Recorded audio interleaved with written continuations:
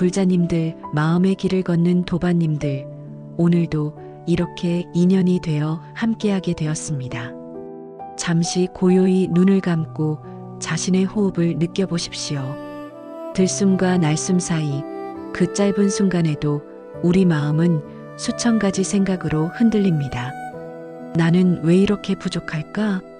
남들은 다 잘 사는 것 같은데 나만 뒤처지는 것 같아. 이 나이에 이것밖에 안 되나? 내 인생에 의미가 있기는 한 걸까? 이런 생각들 한 번쯤 해보신 적 있으십니까?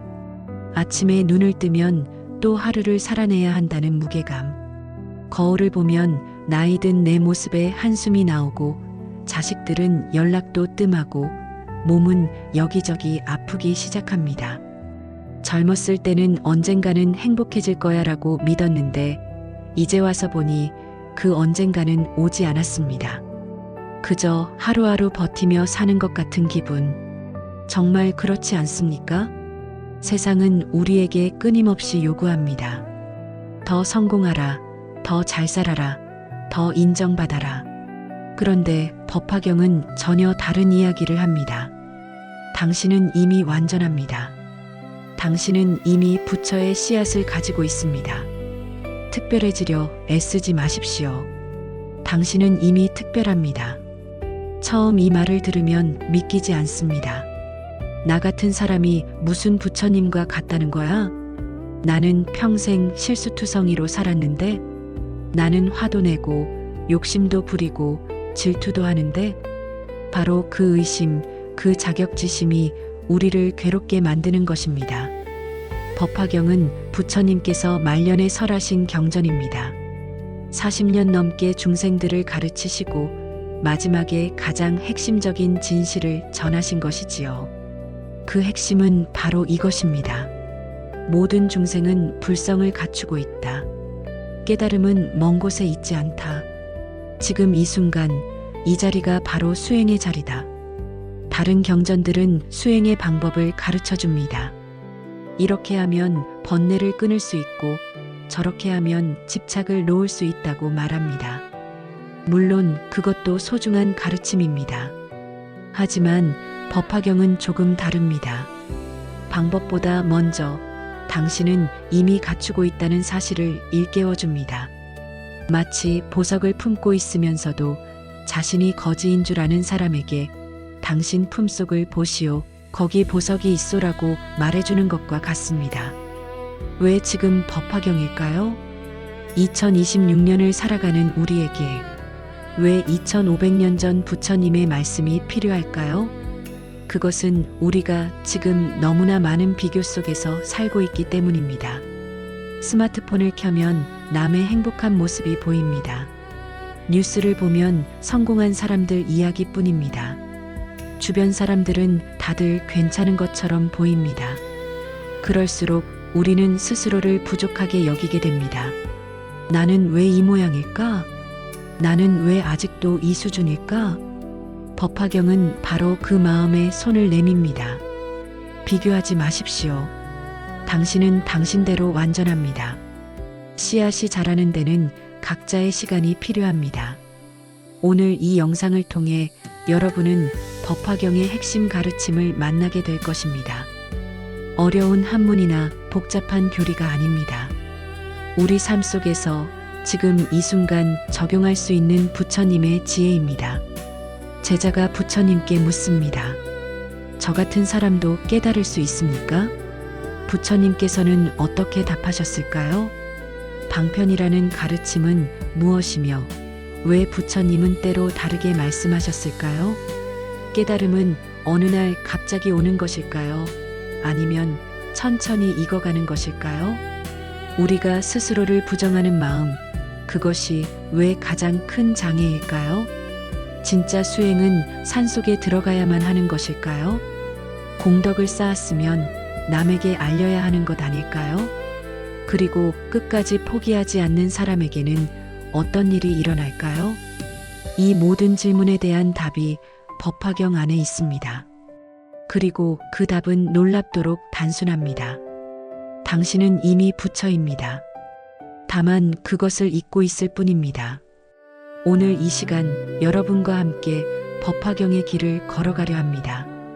무겁지 않게, 편안하게, 마치 오래된 친구와 차 한잔 나누듯 이야기하겠습니다.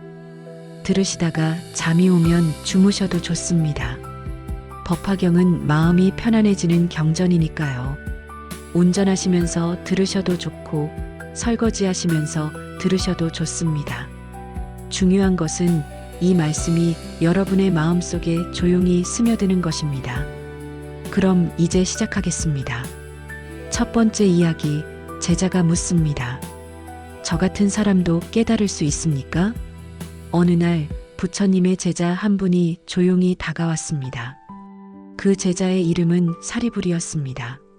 사리불은 부처님의 제자 중에서도 지혜가 뛰어나기로 유명했지만 그날따라 그의 얼굴에는 깊은 근심이 어려 있었습니다. 세존이시여. 사리불이 조심스럽게 입을 열었습니다. 저는 오랜 시간 부처님을 따라 수행해 왔습니다만 아직도 마음 한구석이 불안합니다. 무엇이 그대를 불안하게 하는가? 부처님께서 온화한 목소리로 물으셨습니다. 저는 과연 깨달을 수 있을까요? 사리불의 목소리가 떨렸습니다. 부처님께서는 이미 완전한 깨달음을 얻으셨습니다. 하지만 저는 아직도 화가 날 때가 있고 두려울 때가 있고 의심이 들 때가 있습니다. 저 같은 사람도 정말 부처가 될 수 있습니까? 여러분, 이 질문이 낯설지 않으십니까? 우리도 똑같은 질문을 하며 살아갑니다. 나 같은 사람이 뭘 할 수 있겠어? 나는 자격이 없어. 남들은 다 잘하는데 나만 못하는 것 같아. 60대 중반의 한 보살님께서 절에 오셔서 말씀하셨습니다. 스님, 저는 평생 착하게 살려고 노력했는데 왜 이렇게 힘들까요? 저는 불공도 드리고 경전도 읽는데 마음이 편해지지 않아요. 제가 뭘 잘못한 걸까요? 저 같은 사람은 아무리 해도 안 되는 걸까요? 그 보살님의 눈에는 눈물이 맺혀 있었습니다. 평생을 남편 뒷바라지, 자식 키우기에 바쳤는데 이제 와서 보니 자신을 위한 시간은 단 한 번도 없었다고 하셨습니다. 자식들은 각자 바빠서 연락도 뜸하고 남편은 퇴직 후 집에만 있으면서 짜증만 냅니다. 저는 뭐가 부족한 걸까요? 제가 더 잘했어야 했나요? 이런 생각에 잠을 이루지 못하는 밤이 많다고 하셨습니다. 정말 가슴 아픈 이야기가 아닙니까? 우리는 스스로에게 너무 가혹합니다. 조금만 실수해도 자신을 책망하고 남과 비교하며 자신을 낮춥니다. 부처님께서는 사리불에게 이렇게 말씀하셨습니다. 사리불이여, 그대는 미래에 반드시 부처가 될 것이다. 법화경 수기품에 나오는 말씀입니다. 수기란 미래에 부처가 될 것이라는 예언, 보증을 의미합니다. 그대의 이름은 화강열애가 될 것이며 그대의 나라는 장엄하고 아름다울 것이다. 사리불은 깜짝 놀랐습니다. 세존이시여, 정말입니까? 저 같은 사람도 부처가 될 수 있습니까? 그렇다. 모든 중생은 불성을 갖추고 있다. 다만 그것을 보지 못할 뿐이다. 법화경은 이렇게 선언합니다. 일체 중생 실유불성, 모든 중생은 참으로 불성을 가지고 있다. 이것은 단순한 위로가 아닙니다. 진리의 선언입니다. 여러분, 혹시 먼지 쌓인 보석 이야기를 들어보셨습니까? 어떤 사람이 귀한 보석을 품속에 지니고 있었습니다. 그런데 오랜 세월 그것을 잊어버리고 거지처럼 살았습니다. 하루하루 구걸하며 추위와 배고픔에 떨며 자신을 한없이 비참하게 여겼습니다. 그러던 어느 날 우연히 품속을 뒤지다가 그 보석을 발견했습니다. 먼지와 때에 뒤덮여 있었지만 닦아내자 찬란하게 빛났습니다. 내가 이런 것을 가지고 있었구나. 그는 그제야 깨달았습니다. 자신이 거지가 아니었다는 것을, 이미 부자였다는 것을, 다만 그것을 몰랐을 뿐이라는 것을. 법화경은 바로 이 비유를 통해 우리에게 말합니다. 여러분도 마찬가지입니다. 여러분은 이미 불성이라는 보석을 품고 있습니다. 다만 그것이 번뇌와 망상이라는 먼지에 덮여 있어서 보이지 않을 뿐입니다. 현대를 살아가는 우리에게 이것을 어떻게 적용할 수 있을까요? 70대 할아버지 한 분이 계셨습니다. 평생 건설 현장에서 일하셨는데 나이가 들어 더 이상 일을 할 수 없게 되었습니다. 자식들은 돈을 보내주긴 하지만 늘 바쁘다는 핑계로 찾아오지 않습니다. 할아버지는 매일 공원 벤치에 앉아 하루를 보냈습니다. 내 인생이 뭐였나? 아무 의미도 없었어. 그렇게 자신을 한탄하며 지내셨습니다. 그러던 어느 날 공원에서 넘어진 아이를 일으켜 세워주었습니다. 아이의 어머니가 고맙다며 인사했고 아이는 할아버지를 보며 활짝 웃었습니다. 그 순간 할아버지는 이상한 느낌을 받았습니다. 아, 나도 아직 쓸모가 있구나. 누군가에게 도움이 될 수 있구나. 그 후로 할아버지는 매일 공원을 청소하기 시작했습니다. 아무도 시키지 않았지만 그냥 하고 싶어서 했습니다. 쓰레기를 줍고 낙엽을 쓸고 벤치를 닦았습니다. 동네 사람들이 할아버지 덕분에 공원이 깨끗해요라고 인사했습니다. 할아버지의 얼굴에 미소가 돌아왔습니다. 나도 아직 할 수 있는 게 있구나. 이것이 바로 불성을 발견하는 순간입니다. 특별한 수행을 한 것도 아니고 산에 들어간 것도 아닙니다. 다만 자신 안에 있던 선한 마음, 도우려는 마음, 그것을 발견한 것입니다. 여러분 중에도 이런 분들이 많으실 겁니다. 나는 이제 늙었어. 할 수 있는 게 없어. 나는 배운 것도 없고 가진 것도 없어. 나는 자식들한테도 짐만 되는 것 같아. 아닙니다. 그렇게 생각하는 그 순간에도 여러분 안에는 불성이 빛나고 있습니다. 그것을 가리고 있는 것은 다른 사람이 아닙니다. 바로 여러분 자신의 생각입니다. 나는 안 돼. 나는 부족해. 나는 자격이 없어. 이런 생각이 먼지가 되어 보석을 가리고 있는 것입니다. 부처님께서 사리불에게 수기를 주신 것은 사리불이 완벽해서가 아닙니다. 사리불도 의심했고 두려워했고 불안해했습니다. 하지만 부처님은 그런 사리불의 지금 모습 그대로를 보시고 말씀하셨습니다. 너는 이미 부처다. 다만 그것을 모르고 있을 뿐이다. 법화경 방편품에 이런 구절이 있습니다. 재불세조는 오직 일대사인연으로 세상에 출현하신다. 일대사인연 하나의 큰 일 때문에 부처님이 이 세상에 오셨다는 것입니다. 그 하나의 큰 일이 무엇일까요? 중생으로 하여금 부처의 직연을 열게 하고 깨닫게 하고 들어가게 하기 위함입니다. 쉽게 말하면 우리 모두가 이미 부처임을 깨닫게 해주기 위해서입니다. 당신은 부족한 사람이 아닙니다. 당신은 구원받아야 할 죄인이 아닙니다. 당신은 이미 완전합니다. 다만 그것을 잊고 있을 뿐입니다. 이것이 법화경의 첫 번째 메시지입니다. 어떤 보살님이 물으셨습니다. 스님, 그럼 제가 지금 이대로도 괜찮다는 말씀입니까? 그럼 수행은 왜 해야 합니까? 좋은 질문입니다. 이미 완전하다면 왜 수행을 해야 할까요? 그것은 이미 가진 보석을 닦아내는 일이기 때문입니다. 보석은 이미 여러분 안에 있습니다. 하지만 먼지와 때가 쌓여 있으면 그 빛을 볼 수 없습니다.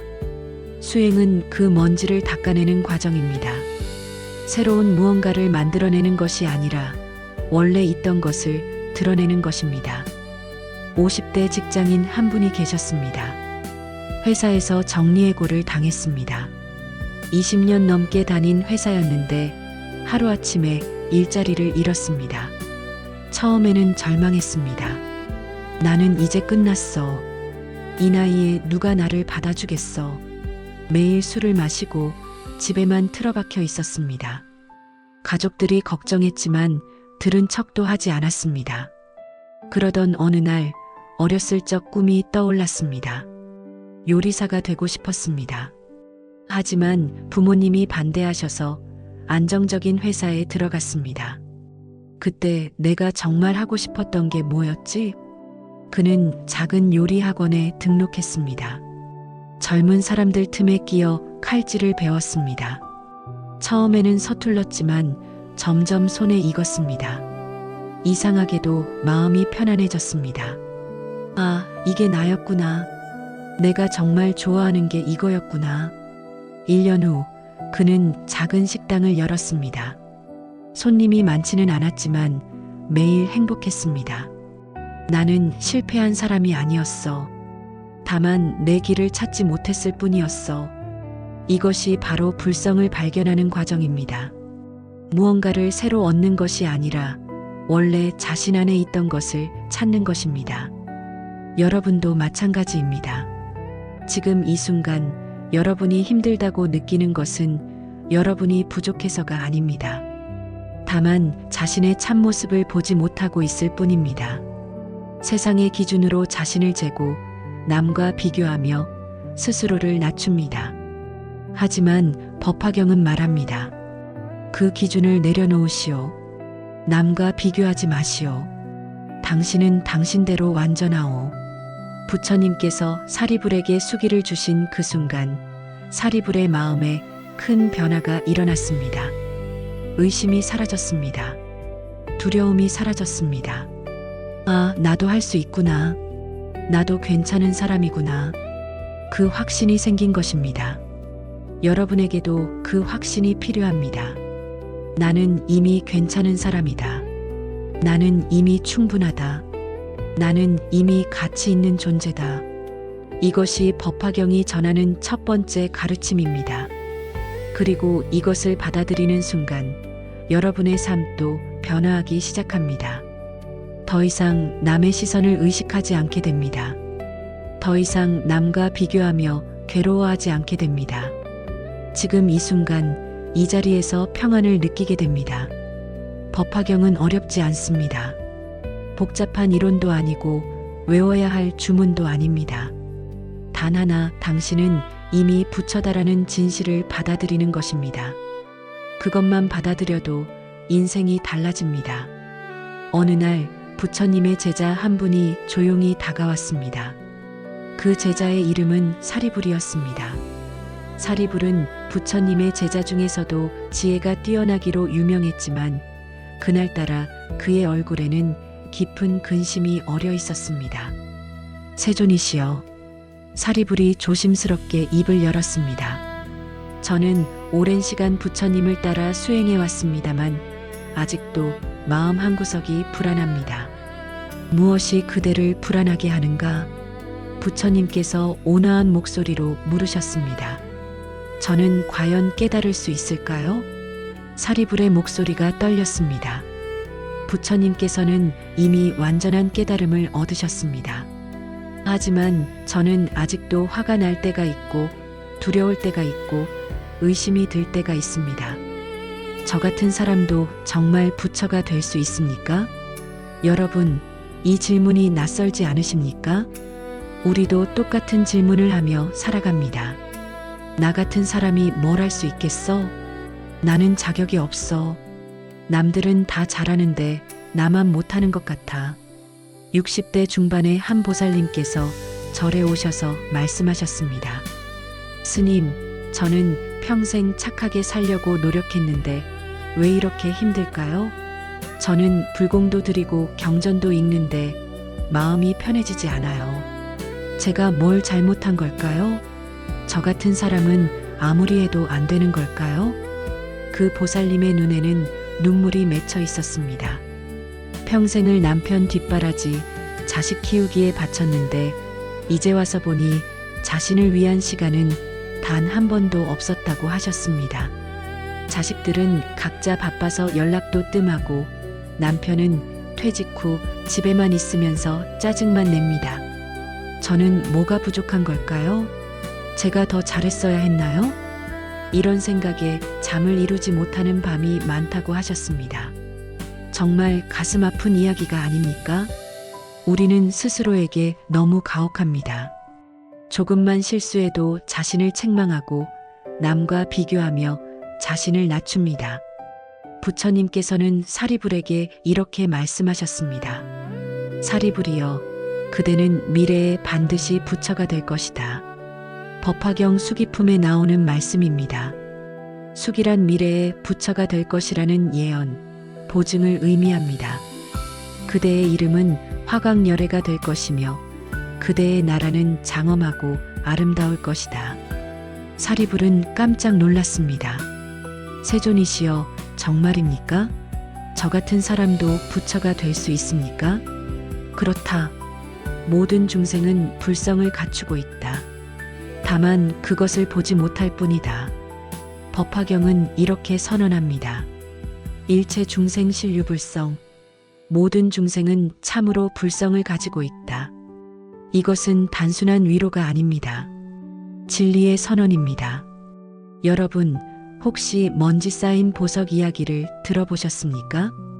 어떤 사람이 귀한 보석을 품속에 지니고 있었습니다. 그런데 오랜 세월 그것을 잊어버리고 거지처럼 살았습니다. 하루하루 구걸하며 추위와 배고픔에 떨며 자신을 한없이 비참하게 여겼습니다. 그러던 어느 날 우연히 품속을 뒤지다가 그 보석을 발견했습니다. 먼지와 때에 뒤덮여 있었지만 닦아내자 찬란하게 빛났습니다. 내가 이런 것을 가지고 있었구나. 그는 그제야 깨달았습니다. 자신이 거지가 아니었다는 것을, 이미 부자였다는 것을, 다만 그것을 몰랐을 뿐이라는 것을. 법화경은 바로 이 비유를 통해 우리에게 말합니다. 여러분도 마찬가지입니다. 여러분은 이미 불성이라는 보석을 품고 있습니다.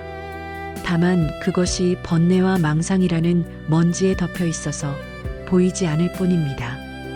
현대를 살아가는 우리에게 이것을 어떻게 적용할 수 있을까요? 70대 할아버지 한 분이 계셨습니다. 평생 건설 현장에서 일하셨는데 나이가 들어 더 이상 일을 할 수 없게 되었습니다. 자식들은 돈을 보내주긴 하지만 늘 바쁘다는 핑계로 찾아오지 않습니다. 할아버지는 매일 공원 벤치에 앉아 하루를 보냈습니다. 내 인생이 뭐였나? 아무 의미도 없었어. 그렇게 자신을 한탄하며 지내셨습니다. 그러던 어느 날 공원에서 넘어진 아이를 일으켜 세워주었습니다. 아이의 어머니가 고맙다며 인사했고 아이는 할아버지를 보며 활짝 웃었습니다. 그 순간 할아버지는 이상한 느낌을 받았습니다. 아, 나도 아직 쓸모가 있구나. 누군가에게 도움이 될 수 있구나. 그 후로 할아버지는 매일 공원을 청소하기 시작했습니다. 아무도 시키지 않았지만 그냥 하고 싶어서 했습니다. 쓰레기를 줍고 낙엽을 쓸고 벤치를 닦았습니다. 동네 사람들이 할아버지 덕분에 공원이 깨끗해요라고 인사했습니다. 할아버지의 얼굴에 미소가 돌아왔습니다. 나도 아직 할 수 있는 게 있구나. 이것이 바로 불성을 발견하는 순간입니다. 특별한 수행을 한 것도 아니고 산에 들어간 것도 아닙니다. 다만 자신 안에 있던 선한 마음, 도우려는 마음, 그것을 발견한 것입니다. 여러분 중에도 이런 분들이 많으실 겁니다. 나는 이제 늙었어. 할 수 있는 게 없어. 나는 배운 것도 없고 가진 것도 없어. 나는 자식들한테도 짐만 되는 것 같아. 아닙니다. 그렇게 생각하는 그 순간에도 여러분 안에는 불성이 빛나고 있습니다. 그것을 가리고 있는 것은 다른 사람이 아닙니다. 바로 여러분 자신의 생각입니다. 나는 안 돼. 나는 부족해. 나는 자격이 없어. 이런 생각이 먼지가 되어 보석을 가리고 있는 것입니다. 부처님께서 사리불에게 수기를 주신 것은 사리불이 완벽해서가 아닙니다. 사리불도 의심했고 두려워했고 불안해했습니다. 하지만 부처님은 그런 사리불의 지금 모습 그대로를 보시고 말씀하셨습니다. 너는 이미 부처다. 다만 그것을 모르고 있을 뿐이다. 법화경 방편품에 이런 구절이 있습니다. 재불세조는 오직 일대사인연으로 세상에 출현하신다. 일대사인연, 하나의 큰 일 때문에 부처님이 이 세상에 오셨다는 것입니다. 그 하나의 큰 일이 무엇일까요? 중생으로 하여금 부처의 지견을 열게 하고 깨닫게 하고 들어가게 하기 위함입니다. 쉽게 말하면 우리 모두가 이미 부처임을 깨닫게 해주기 위해서입니다. 당신은 부족한 사람이 아닙니다. 당신은 구원받아야 할 죄인이 아닙니다. 당신은 이미 완전합니다. 다만 그것을 잊고 있을 뿐입니다. 이것이 법화경의 첫 번째 메시지입니다. 어떤 보살님이 물으셨습니다. 스님, 그럼 제가 지금 이대로도 괜찮다는 말씀입니까? 그럼 수행은 왜 해야 합니까? 좋은 질문입니다. 이미 완전하다면 왜 수행을 해야 할까요? 그것은 이미 가진 보석을 닦아내는 일이기 때문입니다. 보석은 이미 여러분 안에 있습니다. 하지만 먼지와 때가 쌓여 있으면 그 빛을 볼 수 없습니다. 수행은 그 먼지를 닦아내는 과정입니다. 새로운 무언가를 만들어내는 것이 아니라 원래 있던 것을 드러내는 것입니다. 50대 직장인 한 분이 계셨습니다. 회사에서 정리해고를 당했습니다. 20년 넘게 다닌 회사였는데 하루아침에 일자리를 잃었습니다. 처음에는 절망했습니다. 나는 이제 끝났어. 이 나이에 누가 나를 받아주겠어? 매일 술을 마시고 집에만 틀어박혀 있었습니다. 가족들이 걱정했지만 들은 척도 하지 않았습니다. 그러던 어느 날 어렸을 적 꿈이 떠올랐습니다. 요리사가 되고 싶었습니다. 하지만 부모님이 반대하셔서 안정적인 회사에 들어갔습니다. 그때 내가 정말 하고 싶었던 게 뭐였지? 그는 작은 요리 학원에 등록했습니다. 젊은 사람들 틈에 끼어 칼질을 배웠습니다. 처음에는 서툴렀지만 점점 손에 익었습니다. 이상하게도 마음이 편안해졌습니다. 아, 이게 나였구나. 내가 정말 좋아하는 게 이거였구나. 1년 후 그는 작은 식당을 열었습니다. 손님이 많지는 않았지만 매일 행복했습니다. 나는 실패한 사람이 아니었어. 다만 내 길을 찾지 못했을 뿐이었어. 이것이 바로 불성을 발견하는 과정입니다. 무언가를 새로 얻는 것이 아니라 원래 자신 안에 있던 것을 찾는 것입니다. 여러분도 마찬가지입니다. 지금 이 순간 여러분이 힘들다고 느끼는 것은 여러분이 부족해서가 아닙니다. 다만 자신의 참모습을 보지 못하고 있을 뿐입니다. 세상의 기준으로 자신을 재고 남과 비교하며 스스로를 낮춥니다. 하지만 법화경은 말합니다. 그 기준을 내려놓으시오. 남과 비교하지 마시오. 당신은 당신대로 완전하오. 부처님께서 사리불에게 수기를 주신 그 순간 사리불의 마음에 큰 변화가 일어났습니다. 의심이 사라졌습니다. 두려움이 사라졌습니다. 아, 나도 할 수 있구나. 나도 괜찮은 사람이구나.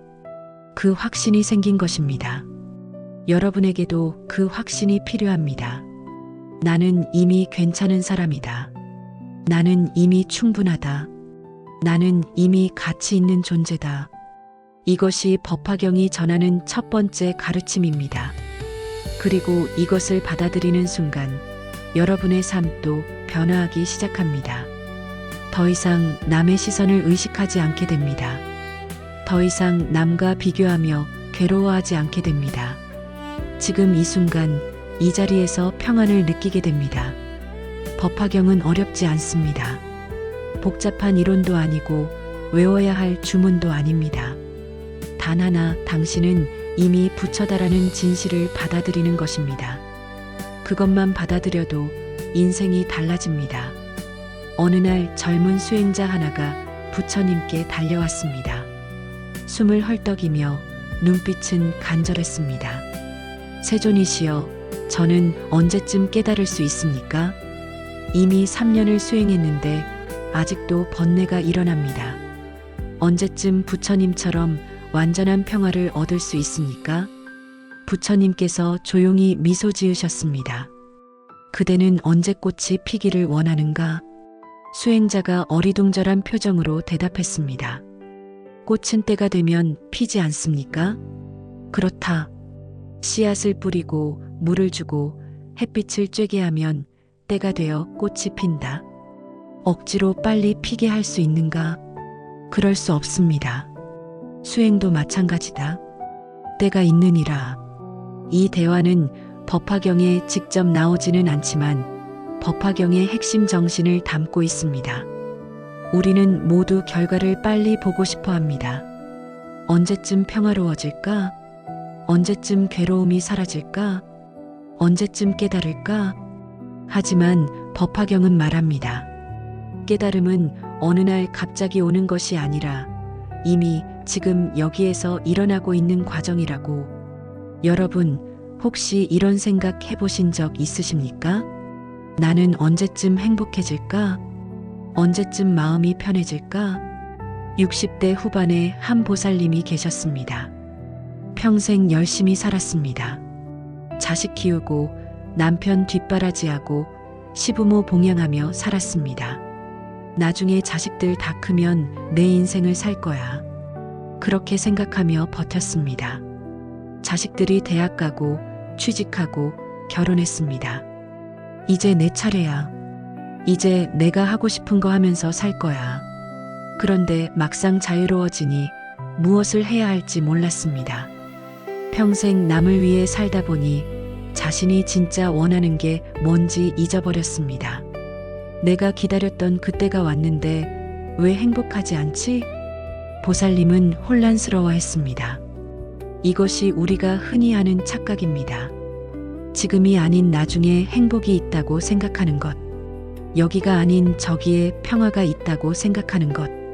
법화경 화성유품에 이런 이야기가 나옵니다. 어떤 사람이 먼 나라의 보물을 찾아 떠났습니다. 험한 길을 걸어 사막을 지나고 산을 넘었습니다. 너무 힘들어서 중간에 포기하고 싶었습니다. 그때 화성, 즉 환영의 성이 나타났습니다. 저기에 도시가 있다. 저기 가면 쉴 수 있겠구나. 사람들은 그 환영의 성에 들어가 쉬었습니다. 배고픔을 채우고 피로를 풀었습니다. 충분히 쉬고 나서 다시 길을 떠났습니다. 그리고 마침내 진짜 보물이 있는 곳에 도착했습니다. 환영의 성은 진짜가 아니었습니다. 하지만 그것이 없었다면 사람들은 중간에 포기했을 것입니다. 환영의 성은 사람들이 쉬면서 힘을 회복하게 해주었습니다. 그리고 다시 나아갈 용기를 주었습니다. 부처님께서 말씀하셨습니다. 수행의 길도 마찬가지다. 중간중간 쉬어가는 지점이 필요하다. 하지만 그것을 최종 목적지로 착각해서는 안 된다. 이 비유가 우리 삶에 주는 의미는 무엇일까요? 우리는 인생에서 작은 목표들을 세웁니다. 대학만 가면 행복할 거야. 취직만 하면 편안할 거야. 결혼만 하면 외롭지 않을 거야. 자식만 잘 키우면 보람 있을 거야. 돈만 좀 모으면 걱정 없을 거야. 그런데 그 목표를 이루고 나면 어떻습니까? 잠깐은 기쁩니다. 하지만 곧 다시 공허함이 찾아옵니다. 이게 다야? 이게 내가 바라던 거였어? 그리고 또 다른 목표를 세웁니다. 이번에는 진짜로 행복해질 거야. 이것이 환영의 성에 머무르는 것입니다. 진짜 보물은 계속 앞에 있다고 생각하지만 사실은 지금 이 순간에 이미 있습니다. 50대 남성 한 분이 계셨습니다. 평생 회사에서 일했습니다. 임원만 되면 성공한 거야. 열심히 일했고 드디어 임원이 되었습니다. 기뻤습니다. 하지만 한 달도 안 되어 또 다른 욕심이 생겼습니다. 부사장까지 가야지. 부사장이 되었습니다. 그러자 사장까지 가야지라는 생각이 들었습니다. 결국 사장이 되지 못하고 정년퇴직했습니다. 퇴직하고 나서 뒤돌아보니 허무했습니다. 나는 도대체 뭘 한 거지? 평생 다음 목표만 쫓다가 지금 이 순간을 즐긴 적이 없었네. 임원이 되었을 때 그때가 좋았는데 그걸 만끽하지 못했어. 법화경은 우리에게 말합니다. 깨달음은 먼 미래에 있는 것이 아니라고. 지금 이 순간 이 자리에서 일어나는 것이라고. 한 제자가 부처님께 물었습니다. 세존이시여, 그럼 우리는 이미 깨달은 것입니까? 왜 아직도 괴로움이 있습니까? 부처님께서 대답하셨습니다.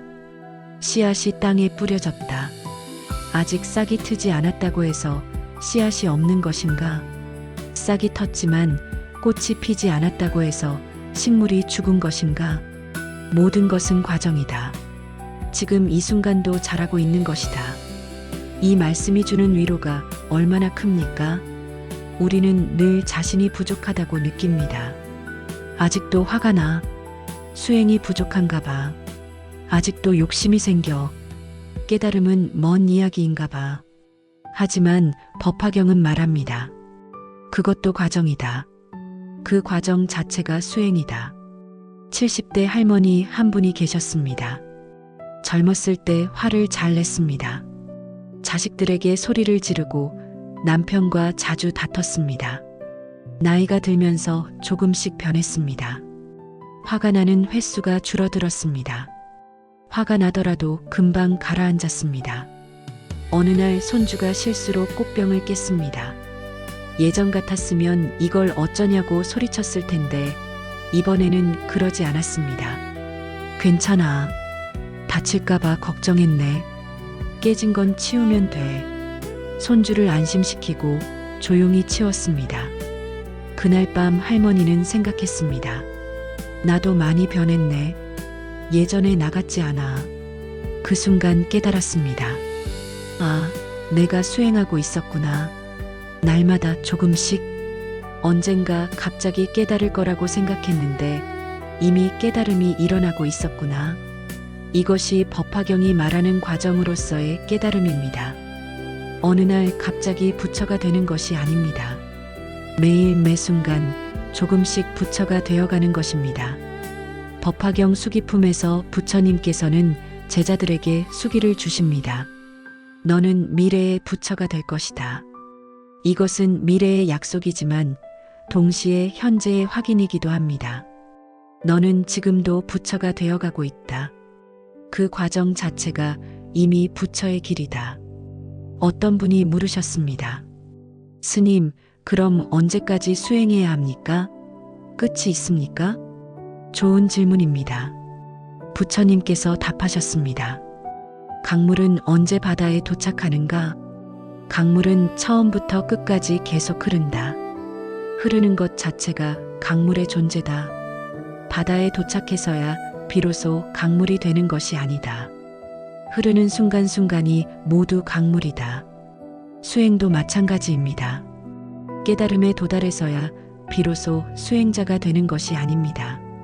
수행하는 그 순간순간이 이미 깨달음입니다. 40대 직장인 한 분이 계셨습니다. 명상을 시작했습니다. 처음에는 기대가 컸습니다. 명상하면 마음이 평온해진다던데 한 달쯤 하면 달라지겠지. 하지만 한 달이 지나도 별 변화가 없었습니다. 여전히 스트레스 받고 화도 나고 불안했습니다. 명상이 소용없나 봐.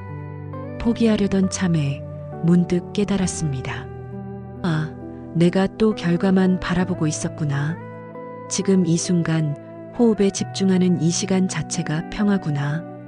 언젠가 평화로워지는 게 아니라 지금 이 순간이 평화로운 거구나.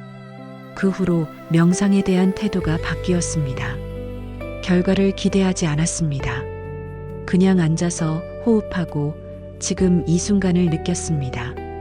이상하게도 그러자 정말 마음이 편안해졌습니다. 무언가를 얻으려 하지 않을 때 오히려 모든 것을 얻게 된 것입니다. 이것이 법화경의 역설입니다. 깨달으려 애쓰지 말라. 지금 이 순간에 충실하라. 그것 자체가 깨달음이다. 어떤 제자가 또 물었습니다.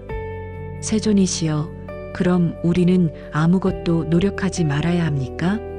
그냥 흘러가는 대로 살아야 합니까? 부처님께서 웃으셨습니다. 강물은 흐르지만 제 길을 안다. 바위를 만나면 돌아가고 낮은 곳을 찾아 흐른다. 노력하지 않는 것이 아니라 억지로 하지 않는 것이다. 씨앗은 억지로 자라지 않는다. 하지만 멈추지도 않는다. 우리 삶도 마찬가지입니다. 억지로 깨달으려 애쓸 필요 없습니다. 하지만 게으름을 피워서도 안 됩니다. 자연스럽게 꾸준히 지금 할 수 있는 것을 하면 됩니다. 60대 아버지 한 분이 계셨습니다. 평생 화를 잘 냈습니다. 자식들과 관계가 안 좋았습니다. 나이가 들어서 이제 좋은 아버지가 되어야지라고 결심했습니다. 하지만 쉽지 않았습니다. 여전히 자식들 행동이 마음에 안 들면 화가 났습니다. 나는 안 변하나 봐. 좌절했습니다. 그런데 어느 날 아들이 말했습니다. 아버지, 요즘 많이 부드러워지셨어요. 예전 같았으면 벌써 소리 지르셨을 텐데 참으시잖아요. 아버지는 깜짝 놀랐습니다. 내가 변하고 있었구나. 완전히 변한 건 아니지만 조금씩 변하고 있었구나. 그 순간 깨달았습니다. 완벽해지려고 하지 말자. 그냥 어제보다 조금 나아지면 되는 거구나. 1년 전의 나보다, 한 달 전의 나보다, 어제의 나보다 조금씩 나아지고 있으면 되는 거구나. 법화경은 우리에게 이렇게 말합니다. 조급해하지 마십시오. 비교하지 마십시오. 여러분은 여러분의 속도로 자라고 있습니다. 봄에 피는 꽃이 있고, 여름에 피는 꽃이 있고, 가을에 피는 꽃이 있습니다. 그 모두가 아름답습니다. 여러분도 여러분의 계절이 있습니다. 지금 이 순간 여러분은 이미 피어나고 있습니다. 그것을 믿으십시오. 그리고 지금 이 순간을 소중히 여기십시오. 과거를 후회하지 말고 미래를 조급해하지 마십시오. 지금 이 순간, 이 호흡, 이 발걸음이 바로 깨달음입니다. 부처님의 제자 중에 가섭이라는 분이 계셨습니다. 나이가 많았고 수행 경력도 오래되었습니다. 어느 날 부처님께서 법화경을 설하시며 모든 제자들에게 수기를 주셨습니다. 너희는 모두 미래의 부처가 될 것이다. 다른 제자들은 기뻐했지만 가섭은 망설였습니다. 그는 부처님께 조용히 다가가 말씀드렸습니다.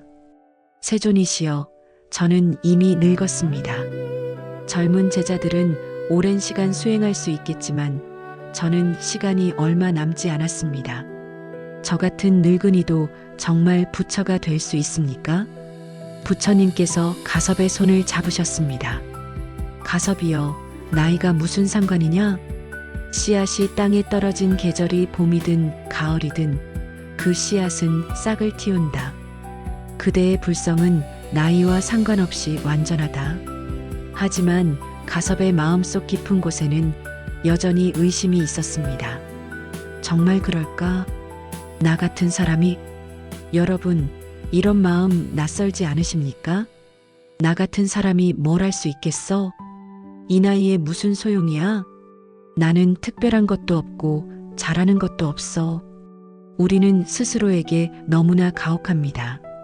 남들에게는 관대하면서 자신에게는 엄격합니다. 조그만 실수에도 자신을 책망하고 작은 부족함에도 자신을 낮춥니다. 법화경 신의 품에 이런 비유가 나옵니다. 가난한 아들의 이야기입니다. 어떤 사람이 집을 떠나 방랑했습니다. 오랜 세월 거지로 살며 이곳저곳을 떠돌았습니다. 그러던 어느 날 한 큰 저택 앞을 지나가게 되었습니다. 그 집의 주인이 밖을 내다보다가 깜짝 놀랐습니다. 그 거지가 바로 자신이 잃어버렸던 아들이었습니다. 부자는 기뻐하며 사람을 보내 아들을 데려오라고 했습니다. 하지만 아들은 겁을 먹고 도망쳤습니다. 저런 큰 집의 주인이 나 같은 거지를 왜 부르지? 무슨 일을 시키려나, 나를 잡아가려나? 부자는 아들이 자신을 알아보지 못한다는 것을 깨달았습니다. 그래서 다른 방법을 썼습니다. 아들에게 단순한 일을 시키며 품삯을 주었습니다. 쓰레기를 치우는 일, 청소하는 일부터 시작했습니다. 아들은 나는 이런 일밖에 못해라고 생각하며 열심히 일했습니다. 몇 년이 지나자 부자는 조금 더 중요한 일을 맡겼습니다. 창고를 관리하는 일, 계산을 돕는 일. 아들은 그런 일도 해냈습니다. 또 몇 년이 지나자 부자는 집안의 재산을 관리하는 일까지 맡겼습니다. 아들은 성실하게 일했지만 여전히 자신을 하인으로 생각했습니다. 나는 주인의 은혜로 이런 일을 하는 거야. 나는 원래 거지니까? 마침내 부자가 임종을 앞두고 모든 친척과 이웃을 불러 모았습니다. 그리고 선언했습니다. 이 사람은 내 아들이다. 내가 잃어버렸다가 다시 찾은 아들이다. 내 모든 재산은 이 아들의 것이다. 아들은 깜짝 놀랐습니다. 제가 아들입니까? 주인님의 아들이었습니까? 그렇다. 너는 처음부터 내 아들이었다. 다만 내가 그것을 몰랐을 뿐이다. 내가 너에게 일을 시킨 것은 내가 하인이라서가 아니라 내가 받아들일 준비가 될 때까지 기다린 것이다. 아들은 그제야 깨달았습니다. 자신이 왕자였다는 것을, 자신이 부자의 상속자였다는 것을. 하지만 그 모든 시간 동안 자신을 거지로, 하인으로 여겼다는 것을. 법화경은 이 비유로 우리에게 말합니다. 여러분은 처음부터 부처의 자녀입니다. 부처의 상속자입니다. 하지만 여러분이 그것을 믿지 못하고 있습니다. 스스로를 거지로, 하찮은 존재로 여기고 있습니다. 그것이 가장 큰 장애입니다. 현대를 살아가는 우리는 어떻습니까? 65세 할머니 한 분이 계셨습니다. 평생 남의 눈치를 보며 살았습니다. 시어머니 눈치, 남편 눈치, 자식들 눈치. 늘 내가 잘못했나라고 생각했습니다. 자식들이 잘 안 되면 내가 엄마 노릇을 못해서 그런가 자책했습니다. 남편이 화를 내면 내가 뭘 잘못했나 전전긍긍했습니다. 자신의 의견을 말하는 것도 두려웠습니다. 내가 무슨 자격으로 의견을 내? 이렇게 평생을 살았습니다. 어느 날 딸이 말했습니다. 엄마가 원하는 게 뭐예요? 평생 남 좋은 일만 하시고 엄마는 뭐가 좋으세요? 할머니는 대답하지 못했습니다. 자신이 뭘 원하는지 생각해 본 적이 없었습니다. 그날 밤 할머니는 울었습니다. 나는 누구지? 나는 뭘 좋아하지? 나는 왜 이렇게 살았지? 그 후로 할머니는 조금씩 변하기 시작했습니다. 작은 것부터 시작했습니다. 저녁 메뉴를 정할 때 자신이 먹고 싶은 것을 말했습니다. 오늘은 내가 좋아하는 된장찌개 끓일게. 처음에는 떨렸습니다. 가족들이 싫어하면 어떡하지? 하지만 가족들은 아무렇지 않게 먹었습니다. 엄마가 좋아하시는 거면 우리도 좋아요. 할머니는 용기를 얻었습니다. 친구들과 여행을 가고 싶다고 말했습니다. 나도 여행 가고 싶어.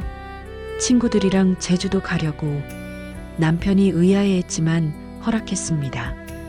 그래, 가서 쉬다 와. 할머니는 생전 처음으로 여행을 갔습니다. 바다를 보고 맛있는 것을 먹고 친구들과 웃었습니다. 돌아와서 거울을 보니 얼굴이 달라져 있었습니다. 생기가 돌았습니다. 나도 가치 있는 사람이구나. 내 행복도 중요한 거구나. 이것이 바로 자기 부정에서 벗어나는 과정입니다. 법화경은 우리에게 묻습니다. 왜 스스로를 낮추는가? 왜 스스로를 거지로 여기는가? 당신은 부처의 자녀인데. 어떤 제자가 부처님께 물었습니다. 세존이시여, 저는 다른 사람들보다 못합니다. 사리불처럼 지혜롭지도 않고 목걸련처럼 신통력이 있지도 않습니다. 저는 평범한 사람입니다. 저도 부처가 될 수 있습니까? 부처님께서 대답하셨습니다. 연꽃은 진흙에서 핀다. 진흙 속에 있다고 해서 연꽃이 더럽냐?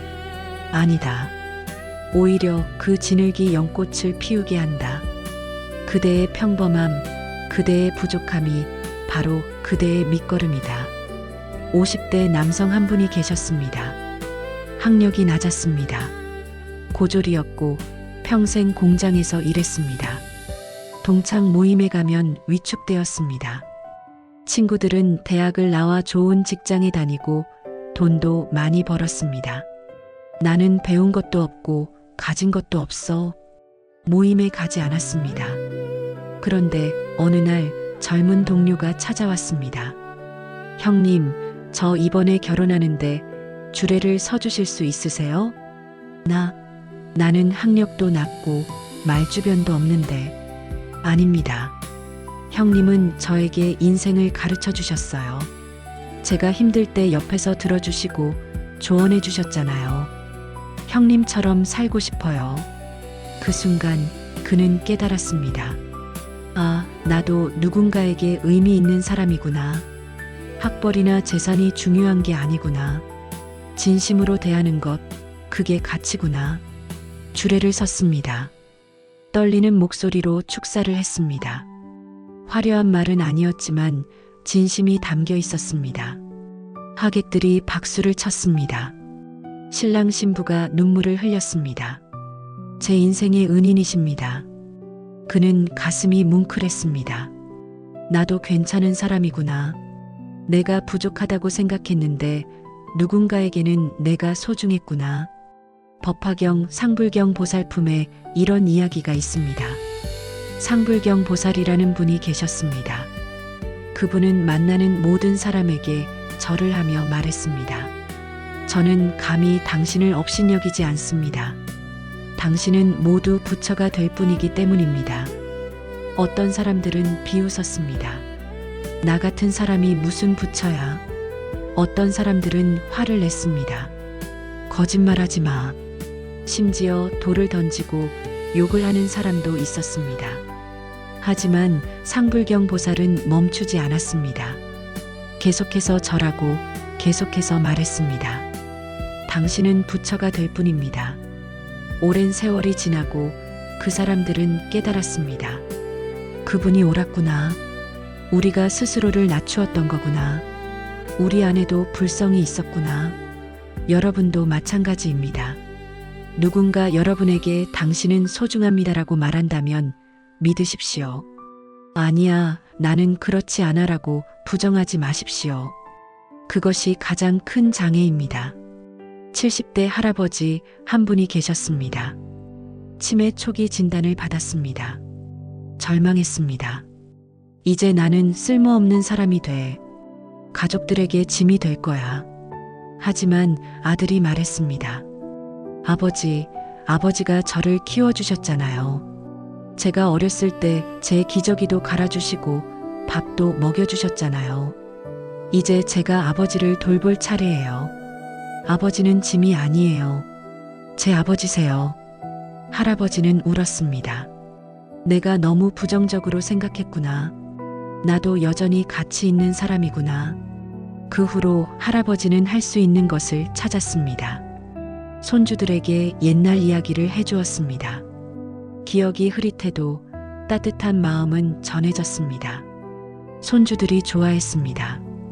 할아버지 이야기 재밌어요. 할아버지는 미소 지었습니다. 나도 아직 할 수 있는 게 있구나. 법화경은 우리에게 이렇게 말합니다. 스스로를 낮추지 마십시오. 스스로를 부정하지 마십시오. 여러분은 이미 완전합니다. 부족함이 있다면 그것도 여러분의 일부입니다. 그것마저도 소중합니다. 진흙이 없으면 연꽃이 피지 않습니다. 여러분의 상처, 여러분의 실패, 여러분의 부족함, 그 모든 것이 여러분을 지금의 여러분으로 만들었습니다. 그리고 지금의 여러분은 이미 아름답습니다. 부처님께서 가섭에게 말씀하셨습니다.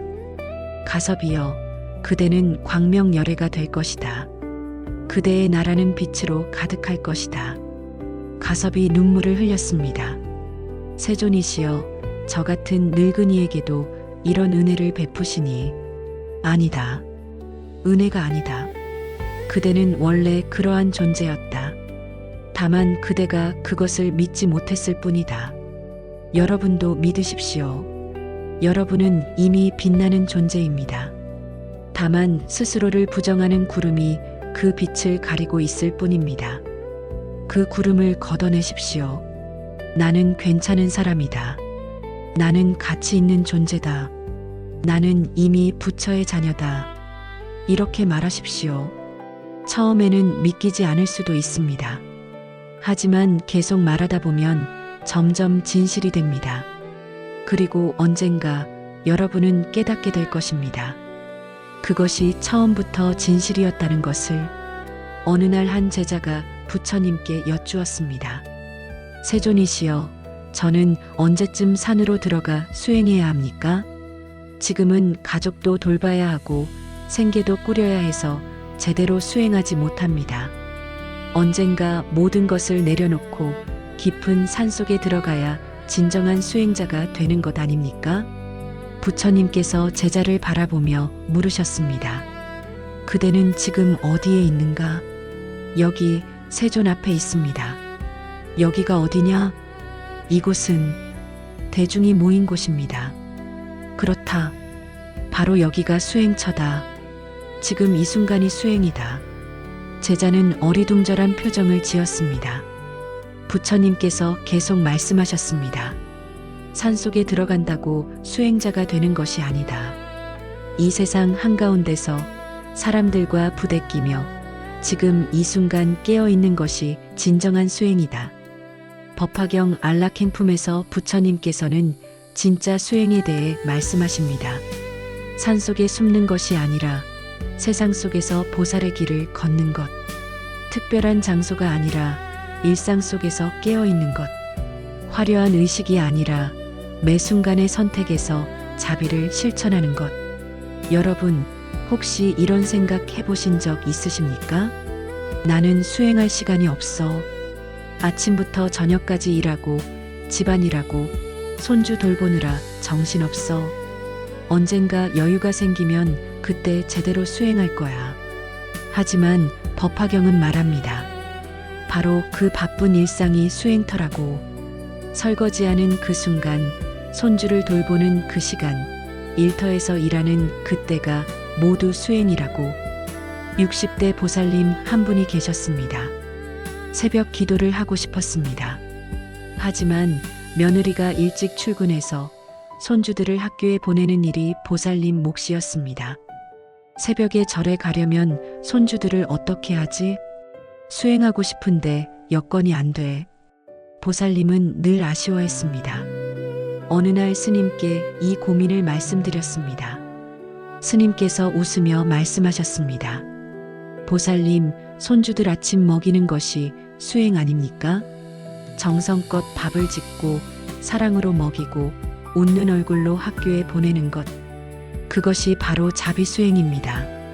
절에 와서 108배 하는 것보다 더 큰 공덕입니다. 보살님은 깜짝 놀랐습니다. 그게 수행이었습니까? 그렇습니다. 새벽 기도도 좋지만 지금 보살님이 하시는 일이 더 소중한 수행입니다. 그날부터 보살님의 마음이 달라졌습니다.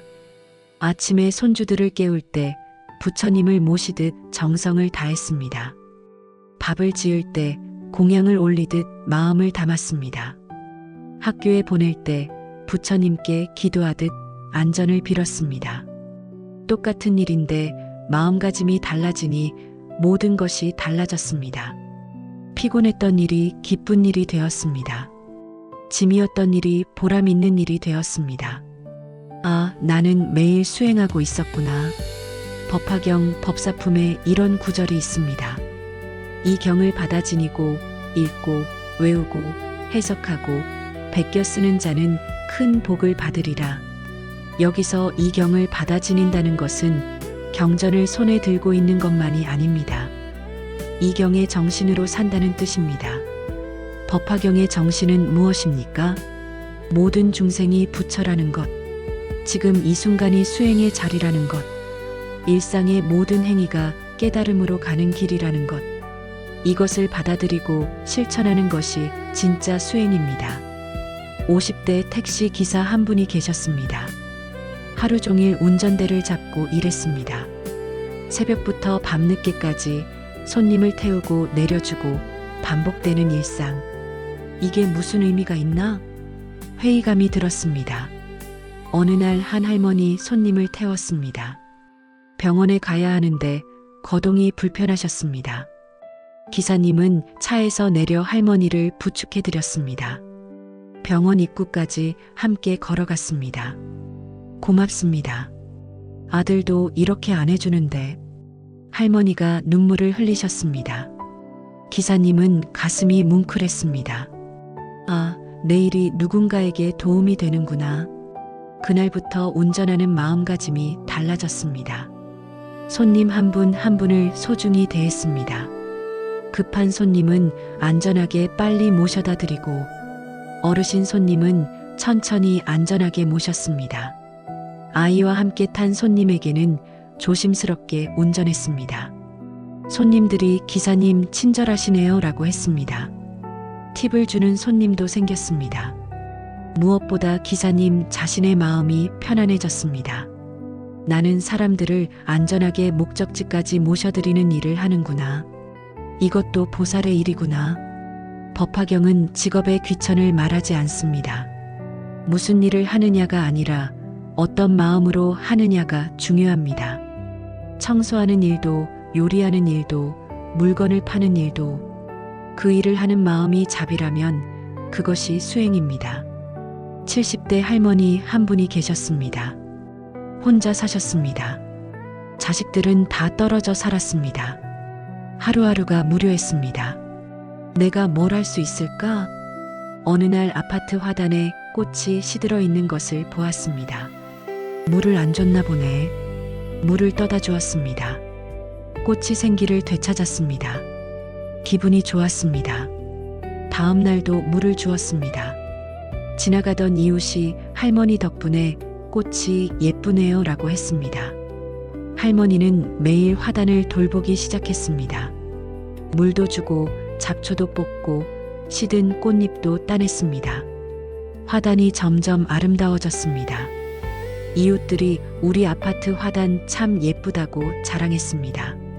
할머니는 뿌듯했습니다. 나도 할 수 있는 게 있구나. 내가 누군가에게 기쁨을 줄 수 있구나.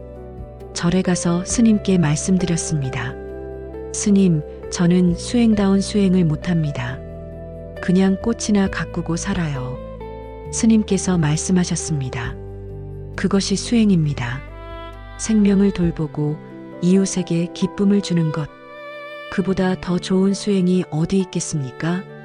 할머니는 눈물이 났습니다. 제가 하는 일이 수행이었습니까? 그렇습니다. 보살님은 매일 수행하고 계십니다. 법화경 보살품에서는 보살의 수행을 이렇게 설명합니다. 보살은 중생을 제도하기 위해 온갖 모습으로 세상에 나타난다. 때로는 의사로, 때로는 선생으로, 때로는 부모로, 때로는 친구로, 때로는 이웃으로. 특별한 모습이 필요한 것이 아닙니다. 지금 여러분의 모습 그대로 여러분의 자리에서 수행하는 것입니다. 어떤 분이 물으셨습니다. 스님, 그럼 절에 올 필요가 없습니까? 집에서 수행하면 되는 거 아닙니까? 좋은 질문입니다. 절에 오는 것도 중요합니다. 경전을 배우고 스님의 법문을 듣고 함께 기도하는 것. 이것은 마음에 힘을 주고 방향을 확인하는 시간입니다. 마치 자동차에 기름을 넣는 것과 같습니다. 기름을 넣어야 차가 달릴 수 있습니다. 하지만 차는 주유소에만 있으려고 만든 것이 아닙니다. 길 위에서 달리려고 만든 것입니다. 마찬가지로 절은 힘을 얻는 곳입니다. 그리고 그 힘으로 세상 속에서 수행하는 것입니다. 40대 직장인 한 분이 계셨습니다. 직장에서 스트레스가 심했습니다. 상사는 까다롭고 동료는 경쟁적이고 일은 끝이 없었습니다. 이렇게 살면 안 되는데 명상을 시작했습니다. 퇴근 후 집에서 30분씩 앉았습니다. 호흡에 집중하고 마음을 가라앉혔습니다. 처음에는 좋았습니다. 하지만 다음날 출근하면 다시 스트레스였습니다. 명상이 소용없나 봐. 그러다 깨달았습니다. 아, 명상실에서만 마음 챙김하면 안 되는구나. 직장에서도 마음 챙김해야 하는구나. 다음날 출근해서 달라지려고 노력했습니다. 상사가 화를 낼 때 즉각 반응하지 않았습니다. 한 호흡 쉬고 상사의 말을 들었습니다. 저 사람도 스트레스가 많겠구나. 화가 덜 났습니다. 동료가 경쟁적으로 나올 때도 마찬가지였습니다. 저 사람도 불안하겠구나. 인정받고 싶겠구나. 이해가 되었습니다. 일이 많을 때도 한 번에 하나씩, 지금 이 순간에만 집중했습니다. 내일 일은 내일 하자. 지금은 이것만 하자. 마음이 편해졌습니다. 몇 달 후 동료가 물었습니다. 요즘 많이 달라졌어. 무슨 좋은 일 있어? 아니, 그냥 마음가짐을 바꿨어. 어떻게? 매 순간 깨어 있으려고 노력해. 자동으로 반응하지 않고 한 번 생각하고 행동해. 동료가 고개를 끄덕였습니다. 나도 그렇게 해봐야겠다. 이것이 법화경이 말하는 진짜 수행입니다. 특별한 곳에서 특별한 일을 하는 것이 아닙니다. 일상에서 매 순간 깨어 있는 것입니다. 화가 날 때 한 호흡 쉬는 것, 짜증날 때 상대의 입장을 생각하는 것, 바쁠 때 지금 이 순간에 집중하는 것, 이것이 수행입니다. 법화경 상불경 보살품의 상불경 보살은 특별한 신통력이 있었던 것이 아닙니다. 다만 만나는 모든 사람을 부처로 대했습니다. 그것이 그분의 수행이었습니다. 여러분도 마찬가지입니다. 만나는 모든 사람을 소중히 대하십시오. 부처를 대하듯 공손하게, 어머니를 대하듯 자비롭게, 자식을 대하듯 따뜻하게. 그것이 진짜 수행입니다. 말 한마디에도 수행이 있습니다. 남을 비난하는 말 대신 격려하는 말, 불평하는 말 대신 감사하는 말, 거짓말 대신 진실한 말, 행동 하나하나에도 수행이 있습니다. 쓰레기를 함부로 버리지 않는 것, 문을 조용히 닫는 것, 줄을 서서 기다리는 것, 이 모든 것이 수행입니다. 65세 할아버지 한 분이 계셨습니다. 평생 거칠게 살았습니다. 소리도 크고 성격도 급했습니다. 나이가 들어 절에 다니기 시작했습니다. 이제라도 착하게 살아야지. 하지만 쉽지 않았습니다. 여전히 화도 나고 짜증도 났습니다. 나는 안 변하나 봐. 스님께 말씀드렸습니다. 스님께서 물으셨습니다. 보살님, 어제와 오늘 중 언제가 더 화를 덜 내셨습니까? 글쎄요. 오늘이요. 아침에 한번 화낼 뻔했는데 참았어요. 그것이 수행입니다. 어제보다 오늘 한번 덜 화낸 것. 그것이 진보입니다. 할아버지는 깨달았습니다. 완벽해지려고 하지 말자. 어제보다 조금만 나아지자. 그 후로 마음이 편해졌습니다. 매일 작은 변화를 만들려고 노력했습니다. 오늘은 문을 쾅 닫지 않았다. 오늘은 아내에게 짜증내지 않았다. 오늘은 고맙습니다라고 말했다. 작은 것이지만 매일 쌓이니 큰 변화가 되었습니다. 1년 후 아내가 말했습니다. 여보, 많이 부드러워졌어요. 할아버지는 웃었습니다. 나도 모르게 변하고 있었네. 법화경은 우리에게 말합니다. 산으로 들어갈 필요 없습니다. 지금 이 자리에서 수행하십시오. 특별한 의식이 필요 없습니다. 일상의 작은 행동 하나하나가 수행입니다. 완벽해지려 하지 마십시오. 어제보다 조금만 나아지면 됩니다. 여러분이 지금 하는 일, 그것이 수행입니다. 자식을 돌보는 것, 일터에서 일하는 것, 이웃과 인사하는 것, 그 모든 것이 부처의 길입니다. 부처님께서 제자들과 함께 탁발을 하고 계셨습니다. 한 부자가 부처님께 공양을 올렸습니다. 그런데 그 부자는 공양을 올린 후 온 동네 사람들을 불러 모았습니다. 여러분, 제가 오늘 부처님께 큰 공양을 올렸습니다. 이만큼 귀한 음식을 이만큼 많이 올렸습니다. 사람들이 칭찬했습니다. 대단하십니다. 복을 많이 받으실 겁니다. 부자는 흐뭇해했습니다. 그런데 부처님께서는 아무 말씀도 하지 않으셨습니다. 부자가 물었습니다. 세존이시여, 제가 공덕을 쌓은 것 아닙니까? 왜 말씀이 없으십니까? 부처님께서 조용히 말씀하셨습니다. 공덕은 이미 내가 받아버렸느니라. 사람들의 칭찬으로 부자가 놀랐습니다. 그럼 제가 쌓은 복은 없다는 말씀입니까? 공덕을 드러내는 순간 그 공덕은 사라진다. 왼손이 하는 일을 오른손이 모르게 하라. 그것이 진정한 보시다. 법화경에서도 이와 같은 가르침이 나옵니다. 진정한 수행은 조용히 드러내지 않고 하는 것입니다. 여러분, 혹시 이런 경험 있으십니까? 좋은 일을 하고 나서 누군가에게 알리고 싶은 마음. 내가 이런 일을 했어. 내가 얼마를 기부했어. 내가 봉사활동을 했어. 인정받고 싶은 마음, 칭찬받고 싶은 마음. 그것은 자연스러운 것입니다. 하지만 부처님께서는 말씀하십니다. 그 순간 공덕이 사라진다고. 왜 그럴까요? 60대 보살님 한 분이 계셨습니다. 절에서 봉사를 많이 하셨습니다.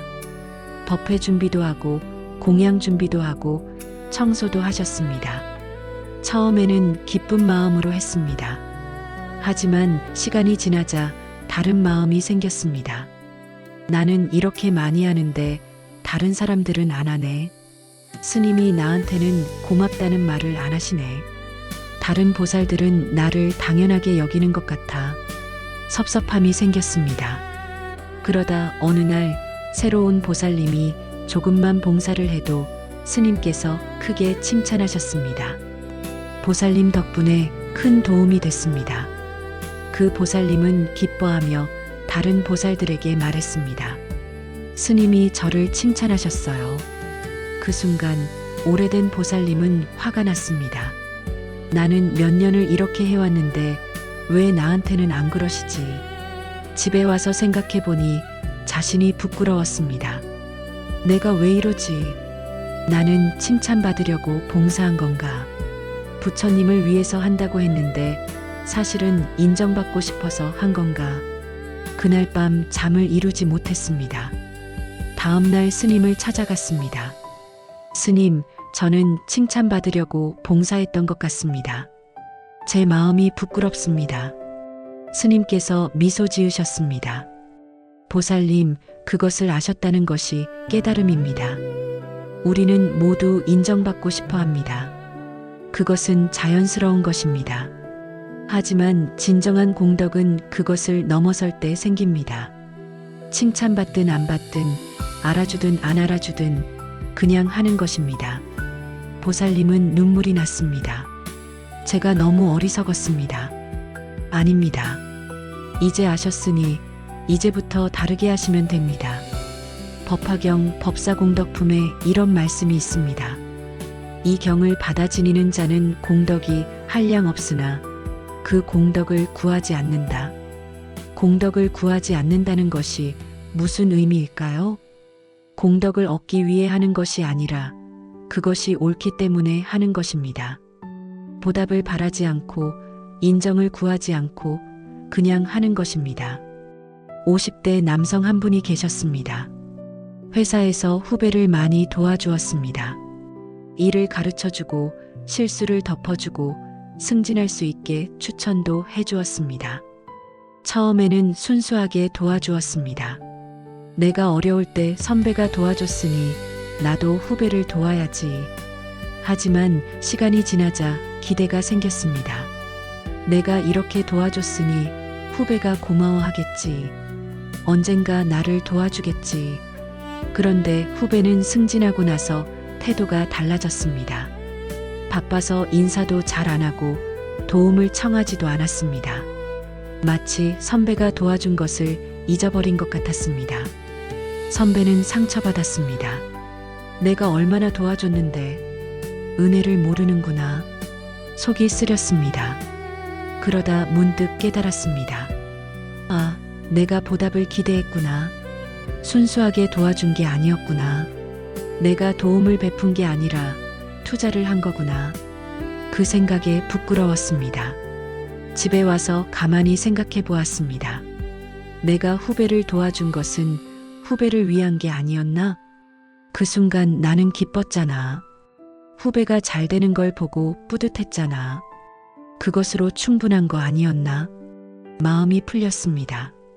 다음 날 후배를 만났을 때 더 이상 서운하지 않았습니다. 오히려 웃으며 말했습니다. 잘 지내니? 승진하고 바쁘지? 후배가 미안한 듯 말했습니다. 선배님 죄송해요. 요즘 너무 바빠서. 괜찮아. 바쁜 게 좋은 거지. 건강 챙기고. 후배가 고마운 눈빛으로 봤습니다. 선배님 같은 분이 되고 싶어요. 그 순간 선배는 깨달았습니다.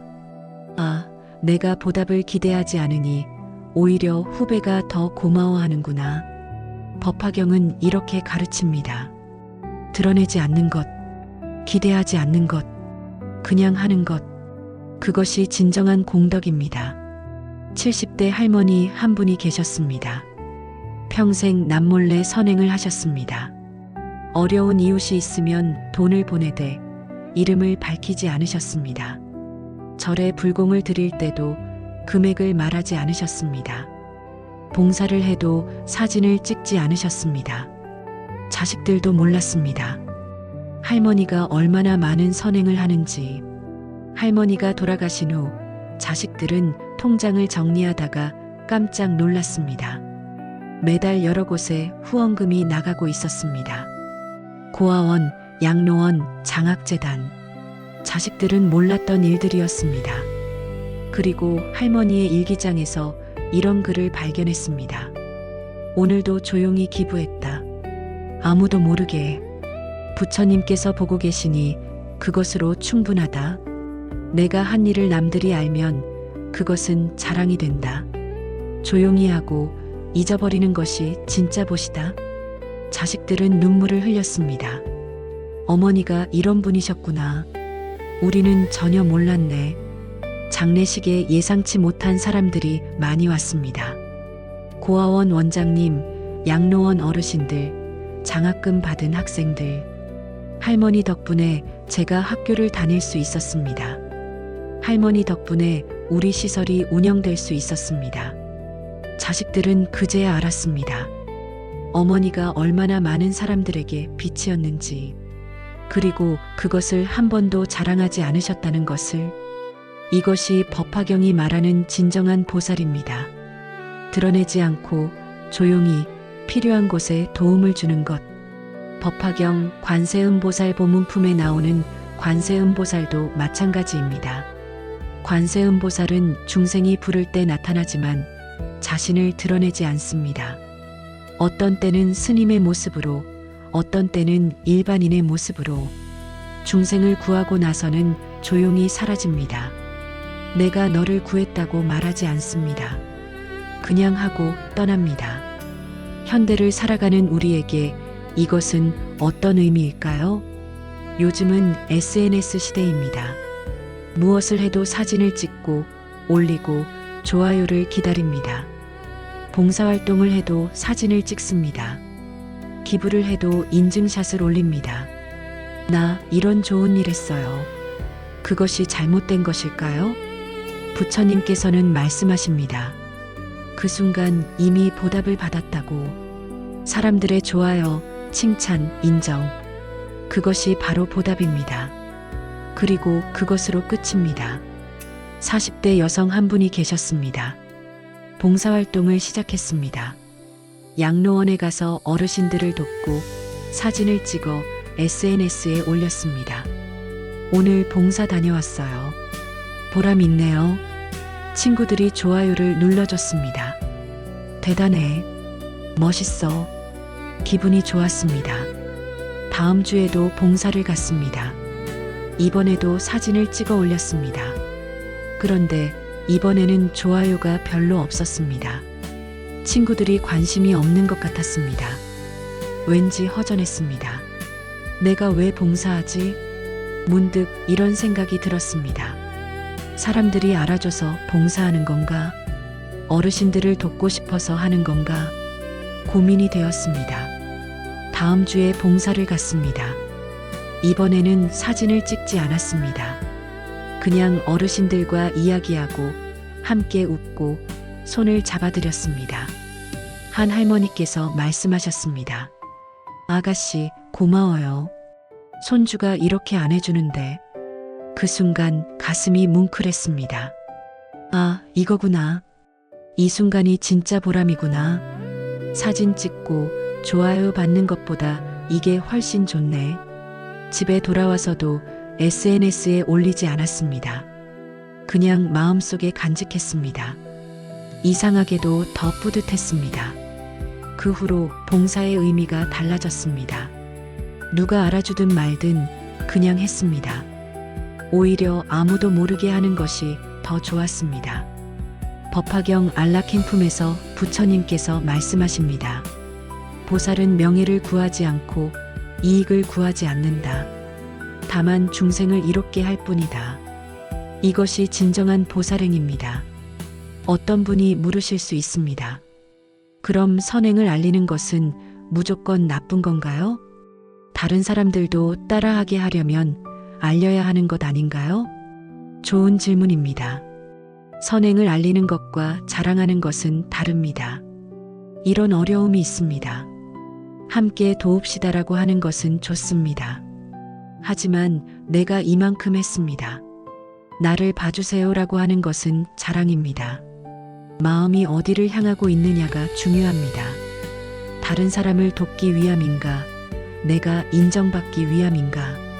60대 남성 한 분이 계셨습니다. 성공한 사업가였습니다. 장학금을 만들어 어려운 학생들을 도왔습니다. 처음에는 자신의 이름을 걸었습니다. 오 장학재단. 학생들이 고마워했고 언론에서도 보도했습니다. 그는 뿌듯했습니다. 하지만 시간이 지나며 불편함을 느꼈습니다. 장학금 받은 학생들이 만날 때마다 은인이십니다라고 했습니다. 과한 감사 인사, 어색한 분위기, 학생들도 부담스러워하는 것 같았습니다. 제가 잘해야 은혜를 갚는 건데 부담돼요. 그는 생각했습니다. 내가 학생들에게 부담을 주고 있구나. 다음 해부터 익명으로 바꿨습니다. 무명 장학재단. 학생들은 누가 도와주는지 몰랐습니다. 대신 부담 없이 공부에 집중했습니다. 그는 멀리서 지켜봤습니다. 학생들이 졸업하고 취직하고 사회에 나가는 것을 누가 자신을 알아주지 않아도 행복했습니다. 이 아이들이 잘 되는 것, 그것이 내 기쁨이구나. 나중에 한 학생이 우연히 알게 되었습니다. 그 학생은 찾아와 눈물을 흘렸습니다. 은인이셨군요. 평생 잊지 않겠습니다. 그가 말했습니다. 나는 아무것도 안 했어요. 당신이 스스로 노력한 겁니다. 은혜를 갚으려 하지 말고 나중에 어려운 사람을 도우세요. 그것이 나에게 갚는 것입니다. 이것이 법화경의 정신입니다. 받은 은혜를 베푼 사람에게 갚는 것이 아니라 다른 이에게 베푸는 것. 그렇게 선의 순환이 일어납니다. 여러분도 조용히 선을 베푸십시오. 누가 알아주지 않아도 괜찮습니다. 부처님께서 보고 계십니다. 무엇보다 여러분 자신이 알고 있습니다. 그것으로 충분합니다. 드러내지 않는 공덕이 가장 큰 공덕입니다. 조용히 흐르는 강물이 가장 깊은 것처럼 어느 날 한 수행자가 부처님께 찾아왔습니다. 그의 얼굴은 지쳐 있었고 눈빛은 흔들리고 있었습니다. 세존이시여, 저는 더 이상 할 수 없을 것 같습니다. 10년을 수행했는데 아직도 번뇌가 일어나고 망상이 끊이지 않습니다.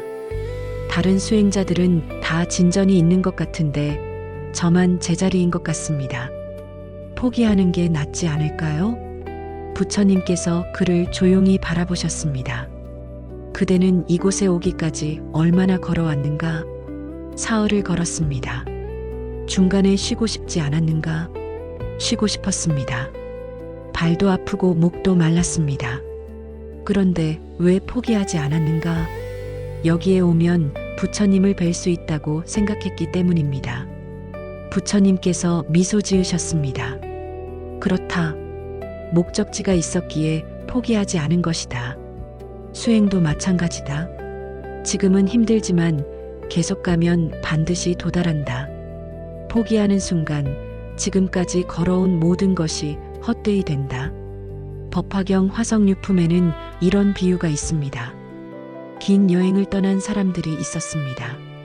보물이 있는 곳까지 가려면 험한 길을 지나야 했습니다. 사막도 건너야 하고 산도 넘어야 했습니다. 사람들은 중간에 지쳐서 말했습니다. 이제 그만 돌아가자. 너무 힘들어. 보물이 정말 있는지도 모르겠어. 안내자가 말했습니다. 조금만 더 가면 됩니다. 포기하지 마십시오. 하지만 사람들은 듣지 않았습니다. 그때 안내자가 신통력으로 환영의 성을 만들어냈습니다. 저기 보십시오. 저기에 도시가 있습니다. 저기 가서 쉬면 됩니다. 사람들은 힘을 내서 그 성까지 갔습니다. 성 안에 들어가 쉬었습니다. 충분히 쉬고 나서 안내자가 말했습니다. 이제 다시 출발합시다. 진짜 보물은 조금 더 가면 있습니다. 사람들은 힘을 되찾아 다시 길을 떠났습니다. 그리고 마침내 보물이 있는 곳에 도착했습니다. 부처님께서 말씀하셨습니다. 수행의 길도 이와 같다. 중간에 쉬어갈 수 있다. 하지만 포기해서는 안 된다. 조금씩 천천히 가도 된다. 중요한 것은 멈추지 않는 것이다. 여러분, 혹시 이런 생각 해보신 적 있으십니까? 이제 그만두는 게 나을 것 같아. 아무리 해도 안 되네. 나는 안 되나 봐. 우리는 살면서 수없이 포기하고 싶은 순간을 만납니다. 65세 할머니 한 분이 계셨습니다. 평생 남편에게 맞추며 살았습니다. 남편은 술을 마시고 화를 냈고 할머니를 무시했습니다. 당신은 아무것도 모르는 사람이야. 할머니는 참았습니다. 자식들을 위해서, 집안을 위해서 60세가 넘어서 생각했습니다. 이제 더 이상은 못 참겠어. 이혼하자. 하지만 주변 사람들이 말렸습니다. 이 나이에 무슨 이혼이에요? 조금만 더 참으세요. 자식들 생각해서라도. 할머니는 절망했습니다. 내 인생은 이렇게 끝나는구나. 그런데 어느 날 절에서 법문을 들었습니다. 포기하지 마십시오. 변화는 언제든 가능합니다. 나이는 중요하지 않습니다. 중요한 것은 마음입니다. 할머니는 용기를 얻었습니다. 한 번 더 해보자. 나를 위해. 남편에게 말했습니다. 여보, 우리 상담 좀 받아요. 이렇게는 못 살겠어요. 남편은 처음에 거부했습니다. 하지만 할머니가 단호했습니다. 상담 안 받으면 나는 집을 나가겠어요. 남편은 마지못해 따라왔습니다.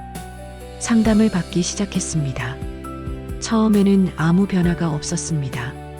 남편은 여전히 술을 마셨고 화를 냈습니다. 할머니는 다시 포기하고 싶었습니다. 역시 안 되는구나. 하지만 상담사가 말했습니다. 변화는 천천히 일어납니다. 조금만 더 기다려보세요. 6개월이 지났습니다. 남편이 조금씩 달라지기 시작했습니다. 술을 줄였습니다. 화를 내는 횟수가 줄었습니다. 어느 날 남편이 말했습니다. 미안하오. 내가 당신을 힘들게 했소. 할머니는 눈물이 났습니다. 이 말을 들을 줄 몰랐어요. 1년이 지나자 남편은 완전히 달라졌습니다. 술을 끊었고 할머니를 존중했습니다. 함께 산책도 하고 이야기도 나눴습니다. 할머니는 생각했습니다. 포기하지 않길 잘했어. 조금만 더 버텼더니 변화가 왔구나. 법화경, 상불경 보살품에 나오는 상불경 보살도 마찬가지입니다. 상불경 보살은 끊임없이 사람들에게 절하며 말했습니다. 당신은 부처가 될 뿐입니다. 사람들이 비웃고 욕하고 돌을 던졌습니다. 하지만 상불경 보살은 포기하지 않았습니다. 계속해서 절하고 계속해서 말했습니다. 오랜 세월이 지나고 그 사람들은 깨달았습니다. 그분이 옳았구나. 우리가 부처가 될 수 있었던 것은 그분이 포기하지 않았기 때문이구나. 끝까지 포기하지 않는 것. 그것이 진정한 인내입니다.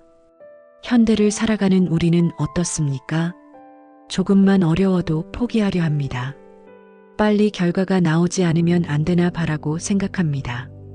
50대 남성 한 분이 계셨습니다. 사업에 실패했습니다. 빚만 잔뜩 남았습니다. 이제 끝이야. 다시는 못 일어서 자살까지 생각했습니다. 하지만 어머니가 말씀하셨습니다. 아들아, 인생은 길어. 지금이 끝이 아니야. 한 번 더 해봐. 엄마가 도와줄게. 아들은 어머니 말씀에 힘을 얻었습니다. 한 번만 더. 마지막으로 작은 일부터 시작했습니다. 편의점 알바를 했습니다. 50대의 나이에 20대 아르바이트생과 함께 일했습니다. 자존심이 상했지만 참았습니다. 이것도 시작이야. 1년 동안 돈을 모았습니다. 그 돈으로 작은 장사를 시작했습니다. 처음에는 손님이 없었습니다. 포기하고 싶었습니다. 하지만 어머니가 말씀하셨습니다. 조금만 더. 너는 할 수 있어. 2년이 지나자 장사가 되기 시작했습니다. 입소문이 났고 손님이 늘었습니다. 5년이 지나자 빚을 다 갚았습니다. 7년이 지나자 작은 가게를 2개로 늘렸습니다. 10년이 지난 지금 그는 안정적인 사업가가 되었습니다. 포기하지 않길 정말 잘했어. 중간에 그만뒀으면 지금의 나는 없었을 거야. 법화경 야광보살본사품에 야광보살의 이야기가 나옵니다. 야광보살은 오랜 수행 끝에 큰 깨달음을 얻었습니다. 그 과정이 쉽지 않았습니다. 수없이 좌절하고 수없이 다시 일어났습니다. 하지만 포기하지 않았습니다. 그리고 마침내 목적지에 도달했습니다. 부처님께서 말씀하셨습니다. 포기하지 않는 자가 결국 이긴다. 천천히 가도 괜찮다. 멈추지만 않으면 된다. 70대 할아버지 한 분이 계셨습니다. 뇌졸중으로 쓰러졌습니다. 왼쪽 몸이 마비되었습니다. 의사가 말했습니다. 평생 휠체어를 타셔야 할 겁니다. 할아버지는 절망했습니다. 하지만 아내가 말했습니다. 여보, 재활치료 받아봐요. 포기하지 말아요. 할아버지는 재활을 시작했습니다. 처음에는 손가락 하나 움직이기도 힘들었습니다. 너무 고통스러웠습니다. 이렇게 힘들게 살 바엔 그냥 포기하고 싶었습니다. 하지만 아내가 매일 옆에서 격려했습니다. 오늘 손가락 조금 움직였잖아요. 대단해요. 어제보다 나아졌어요.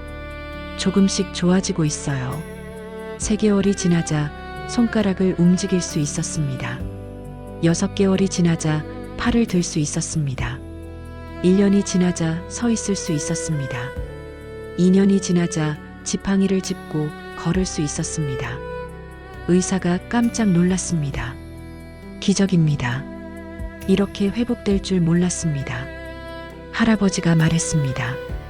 기적이 아닙니다. 포기하지 않은 겁니다. 매일 조금씩 천천히 계속한 겁니다. 이것이 법화경이 말하는 정진입니다. 빠르게 가는 것이 아니라 꾸준히 가는 것입니다. 한꺼번에 이루는 것이 아니라 조금씩 쌓아가는 것입니다. 어떤 제자가 부처님께 물었습니다. 세존이시여, 저는 노력해도 잘 안 됩니다. 재능이 없나 봅니다. 부처님께서 대답하셨습니다. 대나무를 보아라. 대나무는 심고 나서 5년 동안 겉으로 자라지 않는다. 사람들은 이 대나무 죽은 거 아니야라고 생각한다. 하지만 그 5년 동안 대나무는 땅 속에서 뿌리를 내리고 있다. 그리고 5년이 지나면 한 달 만에 15m를 자란다. 겉으로 보이지 않는다고 자라지 않는 것이 아니다. 그대도 마찬가지다. 지금 보이지 않아도 자라고 있다. 60대 보살님 한 분이 계셨습니다. 경전 공부를 시작했습니다. 하지만 너무 어려웠습니다. 배운 것도 없고 한자도 모르고 나는 이해를 못하겠어. 그만둘까? 하지만 스님께서 말씀하셨습니다. 보살님, 이해하려 하지 마시고 그냥 들으세요. 씨앗을 뿌리는 것입니다. 언젠가 싹이 틀 겁니다. 보살님은 계속 들었습니다. 1년, 2년, 3년. 처음에는 하나도 이해가 안 됐습니다. 하지만 3년이 지나자 조금씩 이해가 되기 시작했습니다. 아, 이 말씀이 이런 뜻이었구나. 5년이 지나자 경전 구절이 삶과 연결되었습니다. 이 가르침이 바로 내 삶에 적용되는구나. 10년이 지난 지금 보살님은 다른 보살들에게 가르칩니다.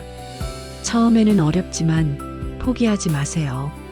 조금씩 이해가 됩니다. 시간이 필요할 뿐입니다. 법화경 제자 수기품에서 부처님께서는 모든 제자들에게 수기를 주십니다. 너희는 모두 미래의 부처가 될 것이다. 제자들이 놀랐습니다. 저희 같은 사람도요? 그렇다. 지금은 부족해 보여도 계속 가면 반드시 이룬다. 중요한 것은 포기하지 않는 것이다. 여러분도 마찬가지입니다. 지금 힘들어도 포기하지 마십시오. 지금 보이지 않아도 잘하고 있습니다. 하루하루 조금씩 천천히 나아가고 있습니다. 40대 주부 한 분이 계셨습니다. 우울증이 있었습니다. 아침에 일어나기도 힘들었습니다. 병원에서 약을 처방받았지만 쉽게 나아지지 않았습니다. 평생 이렇게 사는 건가? 절망스러웠습니다. 상담사가 말했습니다. 하루에 한 가지만 하세요. 아주 작은 것이라도 산책 10분이라도 좋습니다. 보살님은 시작했습니다. 처음에는 5분도 힘들었습니다. 하지만 매일 했습니다. 비가 와도 눈이 와도 기분이 안 좋아도 3개월이 지나자 20분을 걸을 수 있었습니다.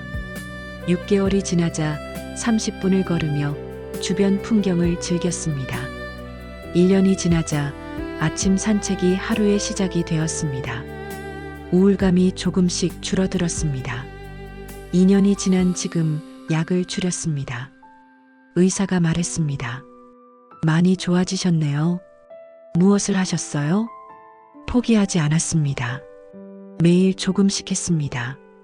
법화경은 우리에게 이렇게 말합니다. 거창한 것을 할 필요 없습니다. 작은 것이라도 매일 하십시오. 오늘 한 걸음, 내일 한 걸음. 그렇게 가다 보면 먼 곳에 도달합니다. 포기하고 싶을 때가 있을 겁니다. 이제 그만할까? 나는 안 되나 봐. 그때 이것을 기억하십시오. 지금까지 온 길을 돌아보십시오. 얼마나 멀리 왔습니까? 1년 전에 나, 5년 전에 나, 10년 전에 나. 많이 달라지지 않았습니까? 그것이 바로 성장입니다. 조금씩 천천히 하지만 확실하게. 부처님께서 말씀하셨습니다. 끝까지 가는 자가 보물을 얻는다. 중간에 포기하면 지금까지의 모든 노력이 헛되이 된다. 하지만 끝까지 가면 반드시 이룬다. 여러분, 포기하지 마십시오. 지금이 가장 힘든 순간일 수 있습니다. 하지만 이 순간을 넘으면 새로운 세계가 펼쳐집니다. 조금만 더, 한 걸음만 더. 그 한 걸음이 모여 천리 길이 됩니다. 해가 천천히 저물고 있습니다. 하루가 끝나가는 이 시간, 여러분은 지금 무엇을 하고 계십니까? 설거지를 하고 계실 수도 있고, 소파에 앉아 쉬고 계실 수도 있고, 잠자리에 누워 이 말씀을 들으실 수도 있습니다. 지금 이 순간 바로 여기. 이것이 법화경입니다. 특별한 장소가 아닙니다. 특별한 시간이 아닙니다. 지금 여기 이 순간 여러분이 숨 쉬고 생각하고 존재하는 바로 이 순간이 법화경입니다. 우리는 오늘 긴 여정을 함께 했습니다. 법화경의 가르침을 하나씩 살펴보았습니다. 처음 시작할 때 제자가 물었습니다. 저 같은 사람도 깨달을 수 있습니까? 부처님께서 대답하셨습니다. 그렇다. 모든 중생은 불성을 갖추고 있다. 여러분, 이것을 기억하십니까? 여러분은 이미 완전합니다. 부족한 것이 아닙니다. 고쳐야 할 것이 아닙니다. 이미 부처의 씨앗을 가지고 있습니다. 다만 그것을 잊고 있었을 뿐입니다. 그리고 우리는 방편에 대해 배웠습니다. 부처님께서는 사람마다 다르게 가르치셨습니다. 왜냐하면 사람마다 이해하는 수준이 다르기 때문입니다. 하지만 궁극적인 목표는 하나였습니다. 모두를 깨달음으로 인도하는 것. 여러분이 지금 어디에 있든 그것이 시작점입니다. 거기서부터 시작하면 됩니다. 남과 비교할 필요 없습니다. 여러분은 여러분의 속도로 가면 됩니다. 깨달음은 결과가 아니라 과정이라고 했습니다. 어느 날 갑자기 완벽해지는 것이 아닙니다. 매일 매 순간 조금씩 나아지는 것입니다. 씨앗이 자라듯, 꽃이 피듯, 강물이 흐르듯, 천천히 자연스럽게 때가 되면 이루어집니다. 조급해하지 마십시오. 지금 이 순간도 여러분은 잘하고 있습니다. 그리고 우리는 배웠습니다.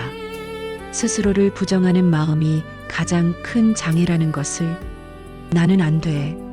나는 부족해. 나는 자격이 없어. 이런 생각이 여러분을 가로막고 있습니다. 법화경은 말합니다. 당신은 부자의 아들입니다. 거지가 아닙니다. 왕자입니다.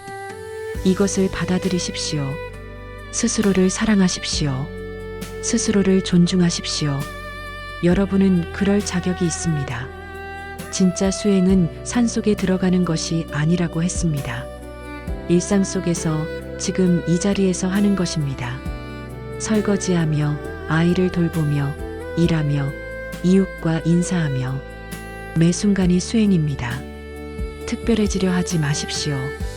지금 하는 일을 정성껏 마음을 담아 하십시오. 그것이 수행입니다. 공덕을 드러내지 말라고 했습니다. 좋은 일을 하고 자랑하고 싶은 마음, 인정받고 싶은 마음, 그것은 자연스러운 것이지만 내려놓으십시오. 조용히 하고 잊어버리십시오. 부처님께서 보고 계십니다. 무엇보다 여러분 자신이 알고 있습니다. 그것으로 충분합니다. 그리고 마지막으로 끝까지 포기하지 말라고 했습니다. 힘든 순간이 올 것입니다. 포기하고 싶은 순간이 올 것입니다. 하지만 그때가 바로 전환점입니다. 조금만 더 가면 됩니다. 한 걸음만 더 가면 됩니다. 포기하지 마십시오. 여러분은 할 수 있습니다. 이 모든 가르침을 하나로 모으면 무엇이 될까요? 바로 이것입니다. 지금 여기 이 순간을 살아가십시오. 과거를 후회하지 마십시오. 미래를 걱정하지 마십시오. 지금 이 순간, 이 호흡, 이 발걸음에 집중하십시오. 그것이 법화경입니다. 70대 할머니 한 분이 계셨습니다. 평생을 바쁘게 살았습니다.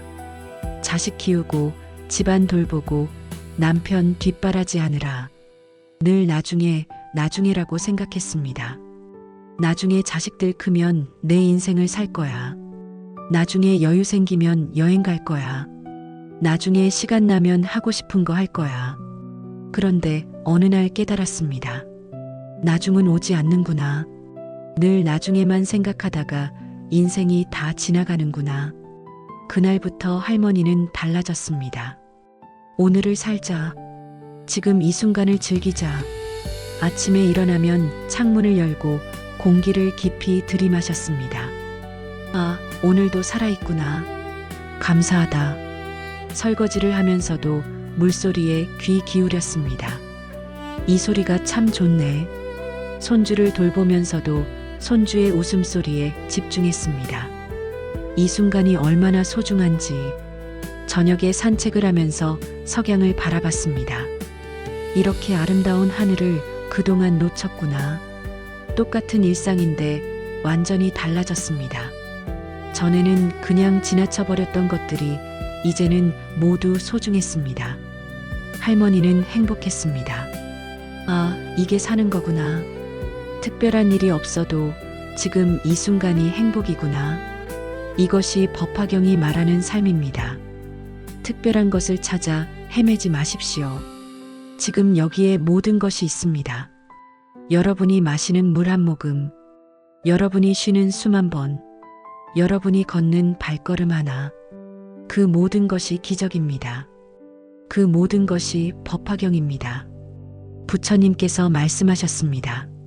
일체 중생 신류불성, 모든 중생은 참으로 불성을 가지고 있다. 여러분도 마찬가지입니다. 지금 이 순간 여러분 안에 부처가 있습니다. 멀리서 찾지 마십시오. 여러분 안에 있습니다. 50대 남성 한 분이 계셨습니다. 평생 성공을 추구했습니다. 더 높은 자리, 더 많은 돈, 더 큰 집. 하지만 늘 부족했습니다. 조금만 더, 조금만 더. 끝이 없었습니다. 어느 날 건강검진에서 암 진단을 받았습니다. 충격이었습니다. 내가 그동안 뭘 한 거지? 병원에 입원해서 치료받으며 생각했습니다. 내가 정말 원했던 게 뭐였지? 돈? 명예? 권력? 아니야. 그게 아니었어. 퇴원한 후 그는 삶의 방식을 바꿨습니다. 일을 줄였습니다. 가족과 더 많은 시간을 보냈습니다. 취미 생활을 시작했습니다. 친구들을 만났습니다. 봉사활동도 했습니다. 1년이 지나자 그는 말했습니다. 지금이 내 인생에서 가장 행복해. 암 진단이 오히려 축복이었어. 그게 아니었으면 계속 헛된 것만 쫓았을 거야. 지금 이 순간 이것이 진짜 삶이구나. 법화경은 우리에게 묻습니다. 지금 당신은 스스로를 어떻게 부르고 있습니까? 거지라고 부르십니까? 부족한 사람이라고 부르십니까? 실패한 사람이라고 부르십니까? 아니면 부처라고 부르십니까? 왕자라고 부르십니까? 완전한 존재라고 부르십니까? 여러분이 스스로를 어떻게 부르느냐가 중요합니다. 왜냐하면 그것이 여러분의 현실이 되기 때문입니다. 나는 부족해라고 생각하면 정말 부족해집니다. 나는 괜찮아라고 생각하면 정말 괜찮아집니다. 나는 부처다라고 생각하면 부처가 됩니다. 오늘부터 이렇게 말하십시오. 나는 부처의 자녀다. 나는 이미 완전하다. 나는 가치 있는 존재다. 처음에는 믿기지 않을 수 있습니다. 하지만 계속 말하십시오. 매일 아침 일어나서 말하십시오. 거울을 보며 말하십시오. 나는 괜찮은 사람이다. 그러다 보면 어느 순간 그것이 진실이 됩니다. 여러분, 오늘 이 긴 여정을 함께 해주셔서 감사합니다. 법화경은 어렵지 않습니다. 복잡한 이론도 아니고 외워야 할 주문도 아닙니다. 단 하나의 진실입니다. 당신은 이미 부처입니다. 이것만 기억하십시오. 그리고 지금 이 순간을 사십시오. 과거는 이미 지나갔습니다. 미래는 아직 오지 않았습니다. 오직 지금만이 있습니다.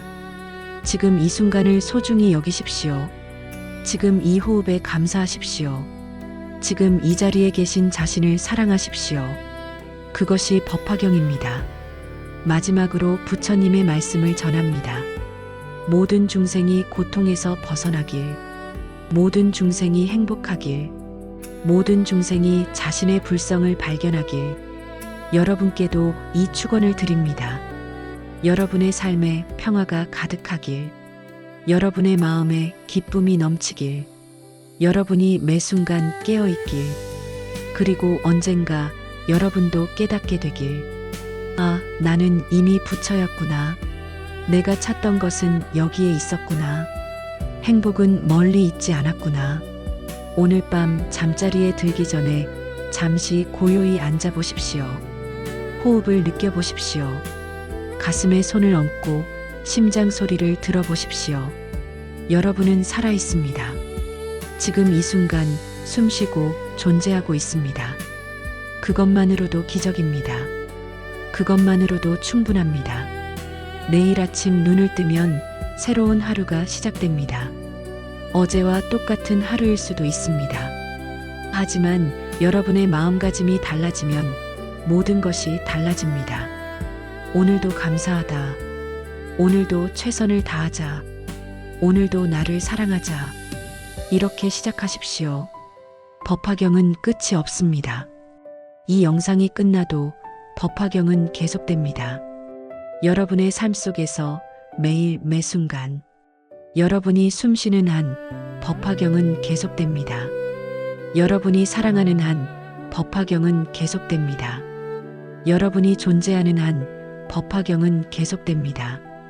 부처님의 자비가 여러분과 함께 하시길, 여러분의 가족에게 평안이 깃들길, 여러분이 만나는 모든 이에게 행복이 있기를, 그리고 여러분 자신에게 깊은 평화가 있기를. 나무석가모니불, 나무아미타불, 나무관세음보살, 오늘도 이 인연에 감사드립니다.